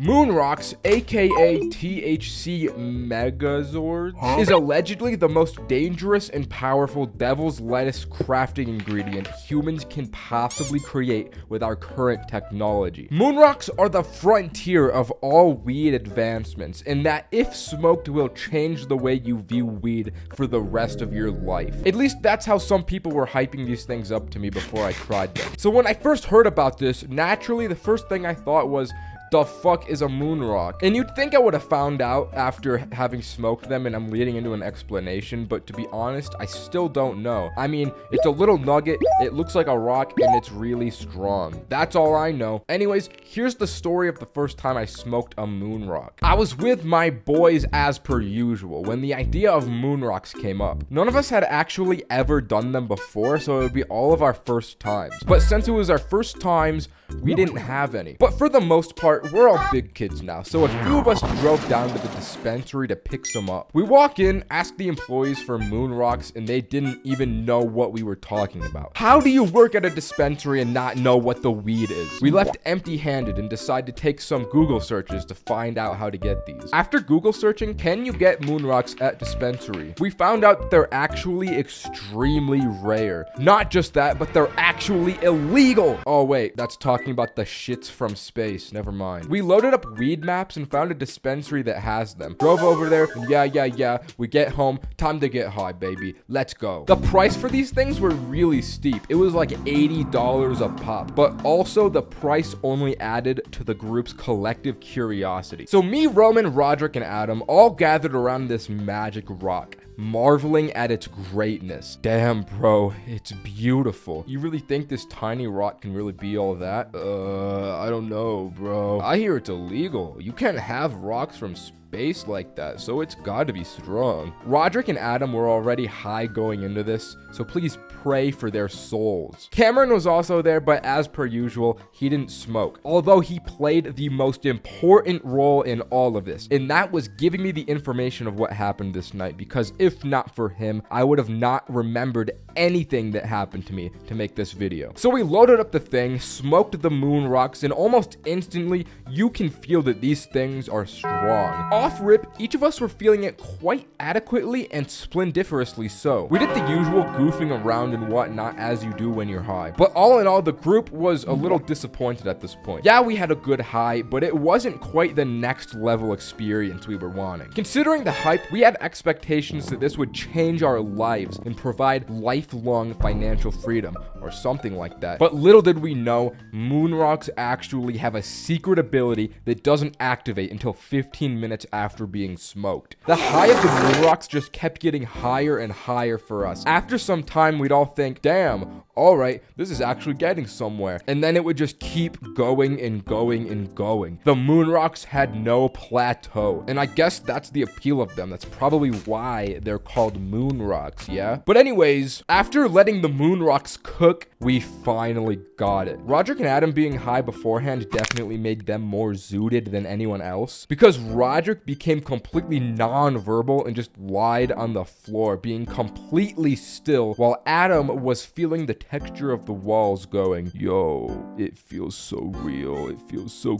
good. These two were like the hollows from Dark Souls, dead spirits roaming shallow levels of the astral world, relentless and tormented, clinging on to the last remaining bits of their lives. Me and Roman, we were just really high. Now, what I'm about to say will probably be really controversial and could even possibly ruin my career. But in this heightened state, Roman did the impossible and convinced me that the Ohio meme was actually funny. You know how something that becomes unfunny gets life again by becoming ironic? Well, through that irony, I came full circle to the conclusion that Ohio is funny. He kept pointing and saying, Ohio weed. And I hated it at first. I thought it sucked. I did not think it was a funny joke at all. But by the time he got to his 20th Ohio weed, he eventually broke me. And then he stood over my body as I fell on the ground and said, I control you now, you're mine. Then proceeded to point at things and do the Ohio meme. In hindsight, I kind of don't think it's remotely funny to me at all, but there's something impressive about the fact that he could bring a day's worth of longevity back to this joke. As for me, I felt like my body was made of the sticky part of Velcro and everything else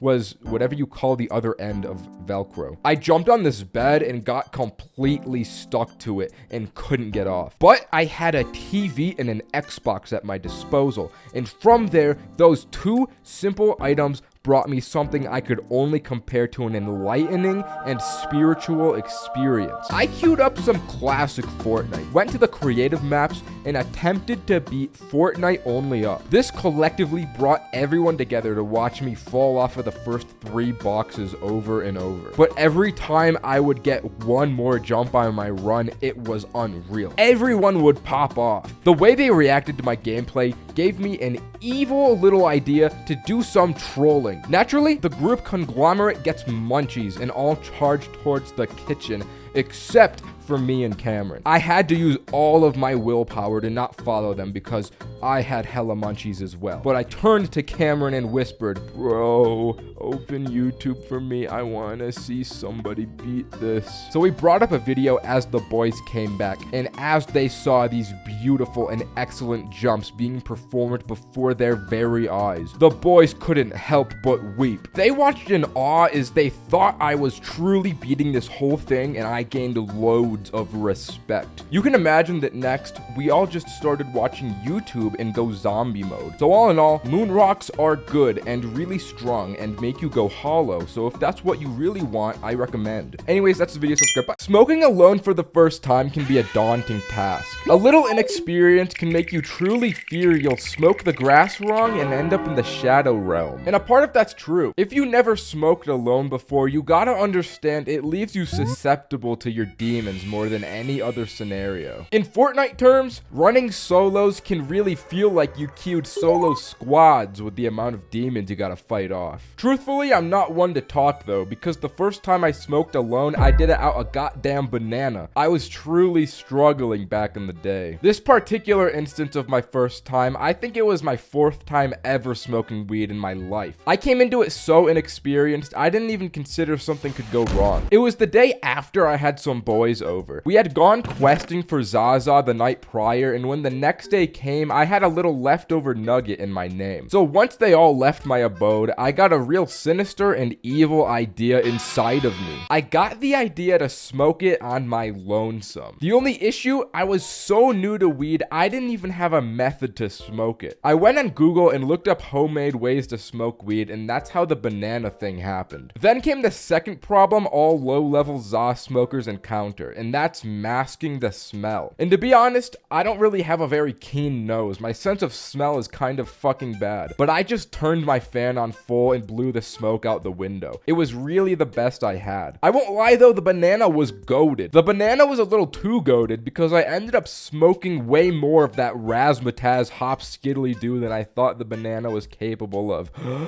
I expected some janky doohickey that hardly worked, but the banana method was truly valid. I only took like 2 to 3 hits since my tolerance was so abysmally small. But even from that, I started to see God. The chronic lung pain started to settle in immediately. It was so bad, I was praying to God, like, please Lord, free me of this pain. I didn't mean to smoke this weed. It was an accident. I really don't know how this happened. I was in recovery from this for like half an hour. I straight up thought it would never end and my high would be ruined because of it. So once I healed, I went on TikTok to rot myself from the inside out. But in my scrolling, there was one video that really stood out to me. It was specifically this one image from the video of a Lego Star Wars man. I stared at this picture for like 20 minutes, completely dumbfounded and in awe. I couldn't comprehend this Lego man, and it just didn't look right to me. So I did my research and watched the entirety of Lego Star Wars Episode 3 until precisely 12 minutes and 8 seconds into the video when I saw him. This is not the same as this, and it fucked me up. Immediately, I called Roderick like, bro, they fucking changed him, bro. What are you talking about? This Lego guy, he's not the same. They changed him. You have to come over right now, dude. I'll show you. So Roderick heads over to my house while I cannot comprehend why they changed a Lego man. He pulls up and I get the text that he's outside, and suddenly my brain does the Vine boom sound effect. Wait a minute. If I gotta go get Roderick, that means I gotta go through my house. That means I could be seen by my very own mother. I looked in the mirror to do a quick checkup, and bruh, my eyes looked like Squidward when he said, I'm all out of money. And I had no idea if I smelt or not. So I sprint downstairs as fast as I can, acquire young Roderick at the door, and take him into my room. Almost immediately, he's like, hey bro, it smells like weed in here. And my brain goes Vine boom sound effect with extra reverberation and bass boosted. Ain't no way, bro. Please say you're joking, bro. I can't have that be the truth. Nah, dude, it smells like weed. I start to panic. I don't know how potent the smell is, and I don't know if the smell had leaked out when I left my room. Now the objective has changed. It's no longer about Lego men anymore. It was about getting rid of the smell as to avoid getting a beating. I showed Roderick the banana, so he took it from me like, alright, this makes sense. The source of the smell has got to be coming from this banana. So what do we do about it? Give me a lighter. Oh, alright. And Roderick starts smoking out the banana, not before eating the whole thing. Eating that banana is just downright awful. Alright, dude. Now the source of the smell is inside of me. So as long as I don't open my mouth very much, it can't get out. Oh, wow, bro. That's genius. I didn't know you had this much intelligence. Hey, I'm not done cooking yet. We gotta get the smell out of the atmosphere now. The atmosphere? Yeah, dude, the atmosphere. Go get a vacuum. Go get a vacuum. So I run and get the vacuum, then bro turns on the vacuum nozzle and starts attempting to suck the weed smell out of the bedroom's atmosphere. Wait. That vacuum is too loud. It's gonna bring suspicion to the noise. Oh, damn. Good thinking. And in an attempt to soundproof my bedroom, me and Roderick take my bed mattress off the frame and push it up against the door. Once we had thoroughly sucked all stench from the atmosphere, Roderick was like, alright, we gotta vacuum the floor now because the odor can trap itself in the carpet, so let's suck it out. So then we vacuumed my entire bedroom. Our soundproofing was apparently not good at all because all of a sudden my mom opens my door to see what all the noise was, and the mattress falls on Roderick. What's all this noise? Oh, you know, I'm just cleaning my room.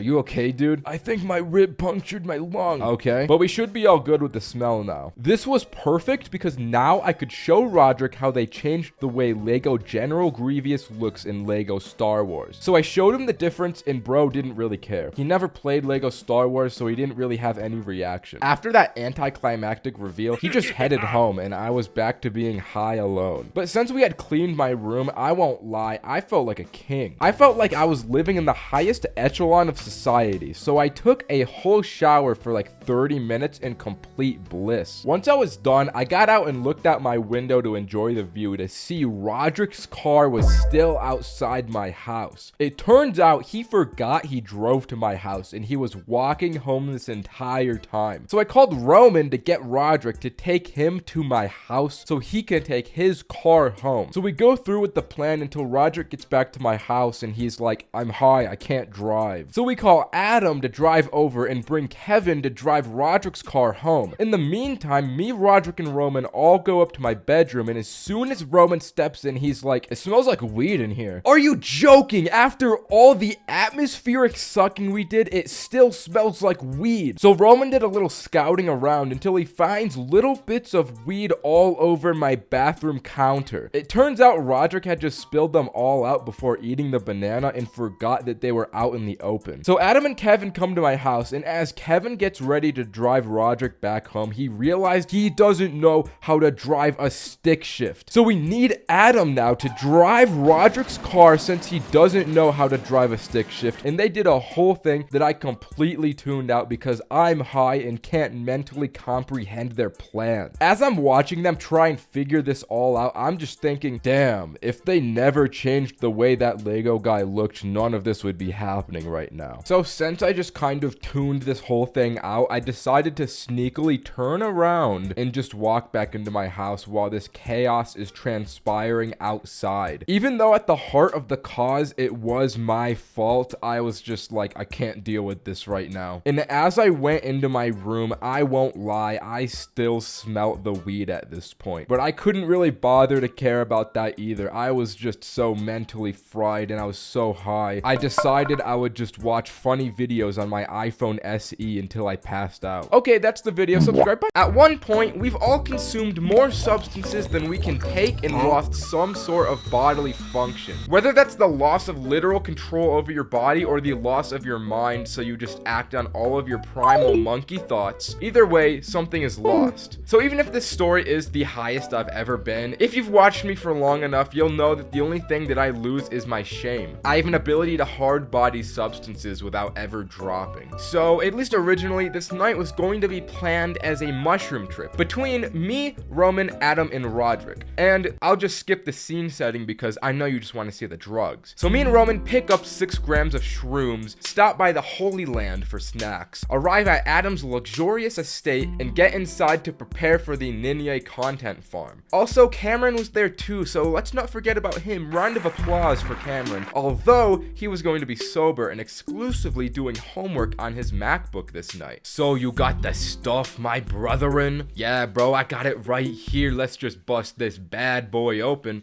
We got gypped, and the plug only gave us 4 grams. So the 4 of us ended up only eating 1 each. Right after eating these mushrooms, Adam, Roderick, and Roman ran off to probably smoke, but me, I'm more reserved than that. I made the respectable decision to stay back and help Cameron with his homework. And it wasn't because I like him or anything. So me and him bust through a good chunk of these questions until these words start to become a little hard to read. And these mushrooms are making my belly feel a little queasy. Those 3 goons that left before bust through the door and instantly and simultaneously start explaining how the mushrooms feel to Cameron for some reason. It's really cool, bro. It makes me feel really cool. Yeah, it's awesome, bro. It feels superfluously awesome. It makes me feel alive. It makes me want to take someone's life. In between my upset tummy and the juxtaposition from solo Cameron time, it felt like I got punched. Boys, I want to do homework right now. Frick you, bro. Fuck off, bro. What are you talking about? I was being bullied. You know what? I'm gonna go to the bathroom.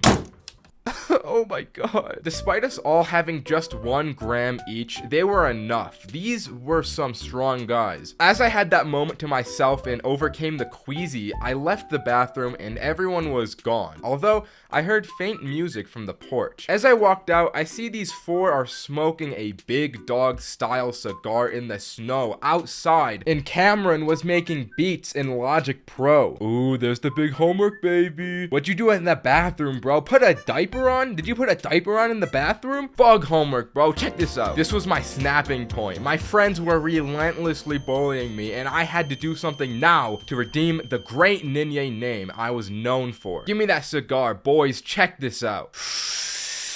Damn, bro, you're not supposed to inhale it. This didn't exactly hit the way I thought it would, but in this moment, a shining opportunity presented itself. Who wants weed, boys? So all of us, minus Cameron, scurry our little feet downstairs, into the garage, and hop in Adam's classic weed Porsche. Adam pulls out the big dog bong, and I knew this was the time. This was the moment I would fully redeem my stained legacy and go down a legend. I got handed the bong first, and as I held it, all my memories flashed through me like visions. When Roderick called me a homework baby, when Roman said I wore diapers, it would all be sanctified in this moment. I lit up, and as I'm sucking on this bong, I don't let go. I take the biggest bong rip of my life until my lung capacity can't take a single more milliliter of smoke. As I exhaled, the entire car is filled with smoke, and I'm coughing like Walter White. This shit hearted.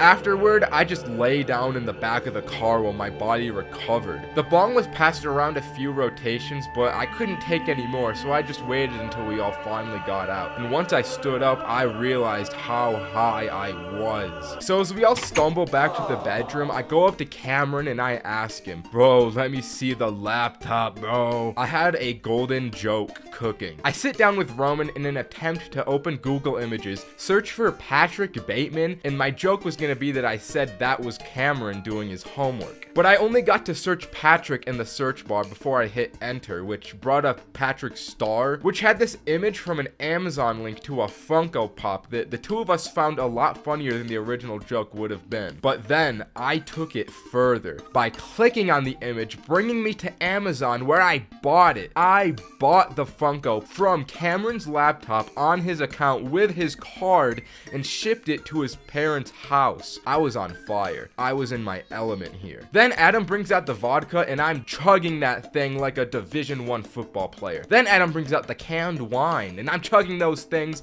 like a Division I football player. I had completed the holy trinity of substances: earth, water, fire, but I was missing air. And I don't normally do this, but I start ripping Roderick's vape. And with all these substances combined into me, I was just like Avatar Aang. I guess my mind was still on SpongeBob because I really wanted Cameron to play the outro song from SpongeBob on his MacBook. But the video Cameron brought up wasn't just the SpongeBob outro. It was, I put the SpongeBob outro over the end of humanity. And as soon as this video came up, I had another golden bit to come to me. One that would even top the Funko Pop one. Cameron, hold your laptop up so that everyone can see. Boys, this video is something I've worked very hard on over the past few years, and I'm so happy to finally have it come to fruition. You didn't make that, bro. That's a YouTube video. They want you to believe that. But let me continue. As you know, my YouTube channel has grown at an extremely fast rate recently, and I wanted to celebrate the monumental achievement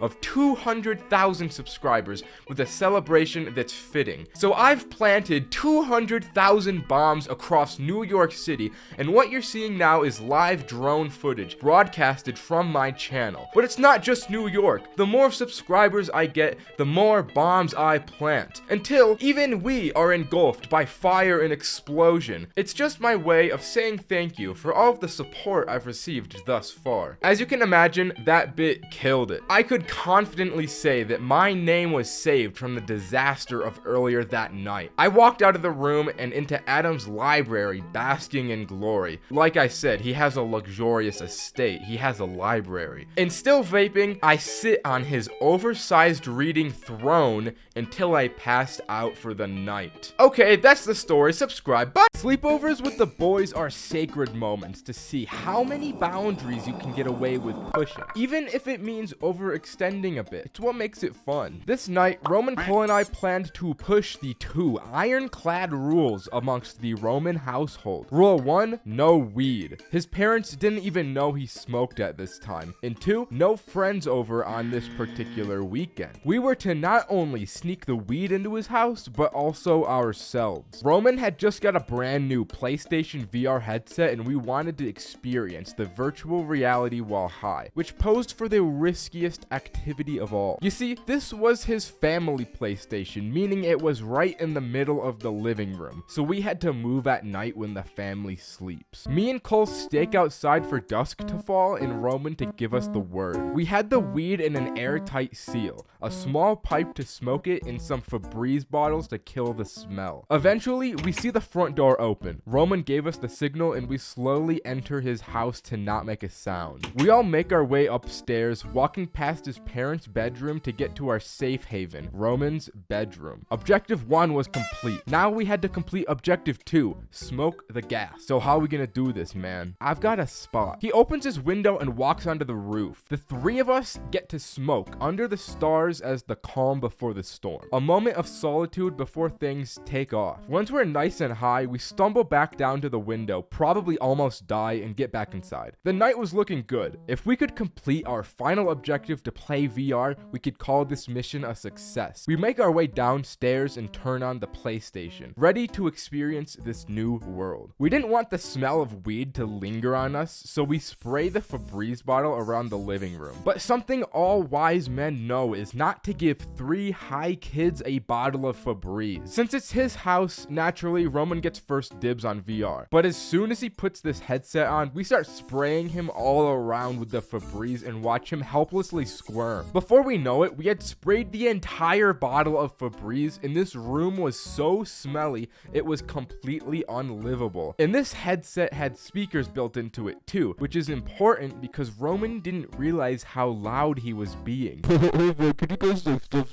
He was screaming. We hear a door slam and footsteps coming downstairs. Cole and I had to think fast before whoever was coming downstairs came down and saw us. So me and him run into the closet. Roman has no idea we left him behind because he can't see and can hardly hear. So if we tried to communicate to him, we would have just blown our covers. His mom comes downstairs like, "What the fuck is all this noise? And what's this smell?" Roman takes off the headset to see us gone, and he knows he's fucked. We have to listen to Roman get yelled at from this closet, and the situation is just awkward. But we couldn't concern ourselves with that because we had larger issues. It was inevitable that Roman's mom would take him up to his room, and that's exactly where the weed was. We had to act fast and somehow get from the closet to Roman's bedroom to out of the house without being detected. Luckily, the Febreze came in clutch because it made his mom stand in the kitchen and not the living room. This allowed us to open the closet door and hug the corner up the stairs undetected. We run to his bedroom and get the weed, and we're like, what in God's name do we do now? We couldn't go out the front door. The only escape was through his window and onto the roof. Me and Cole sit out here just talking about how fucked Roman is. Alright, as long as his mom doesn't see us or the weed, we should be good. But what are we supposed to do? Just sit up here all night? Well, at least we have the weed on us. So the 2 of us, stuck between a mom and a hard place, resort to smoking more. I mean, what else are we gonna do? Some time passes and we see a head poke out the window. Yo, Roman, are you good? But this wasn't Roman. It was actually his dad. The 2 of us are paralyzed until he talks. Yo, what's up, guys? What are you doing up there? He sees our weed and puts 2 and 2 together. You know what? I used to smoke weed too all the time as a kid. I don't want to freak you guys out. So he uses his dad magic to get us through the house undetected, drives us home, and we get out safe while Roman takes the fall for us. Okay, that's the story. Ring the bell. Bye. These big old doohickeys are notorious for being the kings of smoking equipment. Just look at this list. It's at number 1. And it's for a good reason. Anyone who's ever used one knows just how lethal a few hits can be. And I did 10 big hits living going to tell the tale, baby. I was in a smoke competition with this guy that is genuinely unhinged and vile as a person, but we'll get into that. It all started in one of my stacked classrooms. I had Roderick, Adam, Roman, need I say more? But there was one unnamed mystery individual in this class as well. No one knew him, but also everybody knew of him. He'd always be dressed up extremely classily. He had this pot hat he always wore. He had those anime hoodies and his classic lightning bolt Crocs. The dude dressed so loudly despite never speaking a word once, until Roman did his talking to strangers thing and came up to the squad like, yo guys, I talked to the Croc guy, he seems kinda cool, I'm gonna hang out with him. But then I'm gonna hang out with him quickly turned into we all hang out with him because the three of us were just too curious to meet this guy. We had to be there. So the plans were made, of course, at Adam's magnificent property. The day had come and the boys were all dressed up head to toe for Croc Guy's arrival. As he burst through the front door, we were all pleasantly surprised to see he was still sporting that iconic look. Considering his hat, we wasted no time to get to the point. You wanna smoke? Sure. So we get the equipment and all tiptoe downstairs ready for smoke time. So how often you smoke that epic, bro? Just about every day. Oh, alright. So you think you can do more than I can? Well, why don't we find out, huh? So I grab that thing, take a hit, and pass it over to him. It goes around its rotation about 3 more times before the big man Adam has to tap out. 2 more rotations, and Roderick taps out. Then ultimately, once we get to the 7th hit, I look over at Croc Guy, and he says to me, I can't do this anymore. So me and Roman do a celebratory dance to commemorate victory.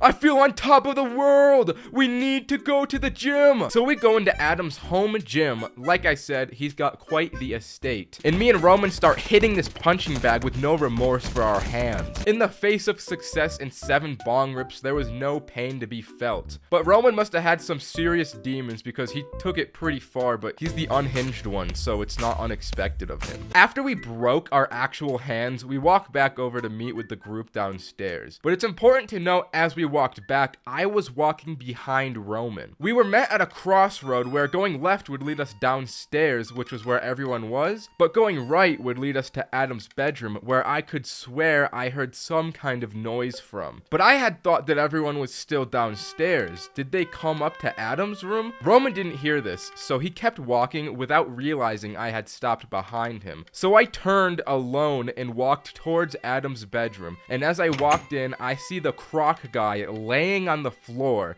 but I didn't see anyone else. Yo, what's up? No response. I walk closer, and I see he's passed out in a weed coma of some sort. But as my eyes wander down, I see the Croc Guy is, exposed. I'm frozen for a moment before I slowly just walk out of the room to not make a noise. Bro, what was that? I knew we should have never hung out with the Croc dude. Oh my god, I need to tell everyone else about this right now. Once I got downstairs, I see Roderick freestyling and I freeze up again. Being as high as I was, I realized it would be pretty awkward to explain the situation to them. So alternatively, the plan was to naturally lead them into finding out themselves. But before I said anything, there was one absolutely fire bar Roderick said during his freestyle, which went along the lines of, "She didn't want to fuck me, but she should have." After that heat was spoken, I said, "Guys, let's all go upstairs." "Okay, but let's smoke more." So we do the bong rotation 3 more times before going upstairs, and I'm just hammered. I am smashed from these hits, dude. As we walk up and towards the room, Roman yells out, "Bro, we need to go to the pool. I want to see what the water looks like." So the great Croc Guy reveal was delayed while the 4 of us sit by Adam's pretty sweet indoor pool. But to be honest, because of all those extra bong rips, I kind of forgot at this point the trauma that I had seen earlier. Something had snapped inside of me just out of nowhere at this pool because I'd start talking to myself. "We're going to war, boys. This is gonna be the end." "What are you talking about, bro?" "We're in the cryopod, bro. We're freezing ourselves in the cryopod before we go to die at war on the fire planet." "You're on something else right now." "Yeah, I have no idea what he's talking about." "Tell me, should I die for my family or for my country? Definitely the country, bro. Yeah, definitely. When I'm out there, I don't have a family. I just created an entire headcanon in my mind that we were these space soldiers. I don't know where it came from, but it was funny. We should leave the pool. Roman, that was a shit idea. As everyone left, I kind of lagged behind for 30 seconds or so before I got up. And because of that, I exited out of the wrong door because I'm directionally impaired. I ended up on the other side of the house in the living room. There was jazz playing, the Christmas tree was set up, dim lighting. This was the absolute peak environment to be in. So I sat down for a minute alone to take in the environment when my peace was suddenly interrupted by screaming at the other end of the house. Then I finally remembered that atrocity in Adam's bedroom that I forgot about, but I didn't bother to go over there since the situation I was in was just too good. So I just laughed about it alone from a completely different end of the house while my 3 friends just went through torture. I couldn't be bothered when I was this high and cozy. Eventually, I just kind of fell asleep and the boys handled it. I don't know what exactly they did to the croc guy, but whatever happened was surely a solution. Okay, that's the story. Subscribe. Being high and alone is something I like, but you know what isn't? Addiction. And if you're watching this video, there's a 99% probability that we share the same addiction, and that's short form content. I go on these jaunts just about every non-consciously waking moment of my life. So this particular night of me being high and alone served to free me of this terrible addiction, because every time I opened short form content throughout the night, I made myself eat an extra edible in an act of hopefully stopping my addiction. But it only kinda worked. Here's what happened. Right off rip, after eating this gummy, I cleaned my entire house. I was an unstoppable force of cleanliness off these gummies. But afterward, I quickly went back to my addiction. Not YouTube Shorts, I mean gambling. This is gonna be huge. I'm gonna open a freaking case, dude. Holy crap.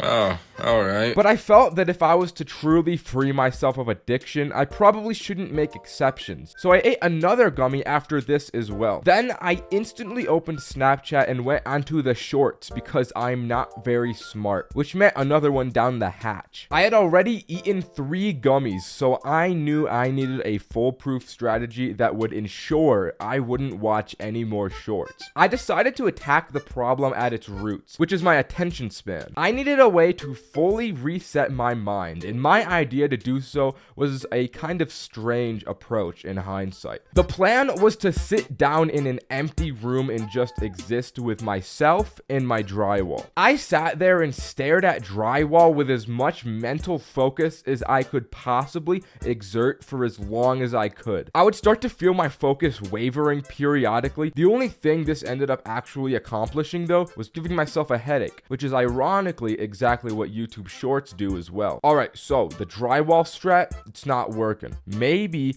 I just watch full-length YouTube videos instead. Maybe that will fix me. This was a worse idea than the drywall. The YouTube app did that thing where it opens into shorts, so I start watching a handful of these before realizing what I've done. I ate another edible, but to be honest, YouTube Shorts had admittedly fed me some interesting slop this time around. I was watching a big, strong, shirtless, hot man climb a boulder, which got me in a real mood to watch more men climbing rocks. I was relentless with the men rock climbing videos. I watched Olympic climbing. I watched little men climbing. I watched big men climbing. All this climbing made me want to climb myself. So I bought a membership at a climbing gym. I haven't used it yet, but eventually whenever I do, I bet it'll be pretty cool. In an attempt to feel the triumphant victory of climbing rocks, I ended up climbing onto my bed from the floor, which isn't as impressive, but I thought it was pretty cool. Then out of left field, YouTube recommendation threw a real curveball at me. Teen Titans Go movie magic. This video hit the spot like nothing before. This show is just so goated. I was watching it so involved and entranced by the funniness and bright colors. Although I was really lost in the plot here. I didn't realize this while I was high, but this is actually like 5 videos strung together into one. Somehow I still managed to follow some kind of plot despite there not being one, which is something quite impressive. But this whole time, I couldn't stop thinking about how funny Robin was. This dude has to be the best written character of the millennium. I really came to realize the delicate intricacies of his character here. The only downside of this show is that it's bright and fast and really cool. Just like everything else, it was bad for my attention span. I needed to find some other method to fix myself. I search on Google how to slow attention span and find this article. After reading it, at the end, they recommend behavior therapy, which I don't need. So the article was shit and it didn't help me at all. Considering that the other things in this article were chewing gum and drinking water, I came to realize after reading this that I'm actually doing everything perfectly and optimally for fixing my attention span, if that's really all it takes. I guess I'm just left to live in torment and evil constantly. Afterward, I went down a massive YouTube rabbit hole, so I'll just give you some of the good ones before I went bye-bye sleep time for the night. And trust me, the last one will change something in you. So I watched how to turn a Lego man into meth. Then I watched pirate videos about how to be pirates. Those ones were pretty sweet. I learned how to become the Pope. I watched this video and legitimately did not listen to one word for the entire 30 minutes. I watched for an hour about the Napoleonic Wars. I've never given a squat about history at all in my life, so I don't know why I watched this, but it was interesting. I found out how to board an airplane. Then I watched a ton of these kid gaming videos and they went so hard. But the biggest video I watched was this one. This video is something special. Anyways, subscribe.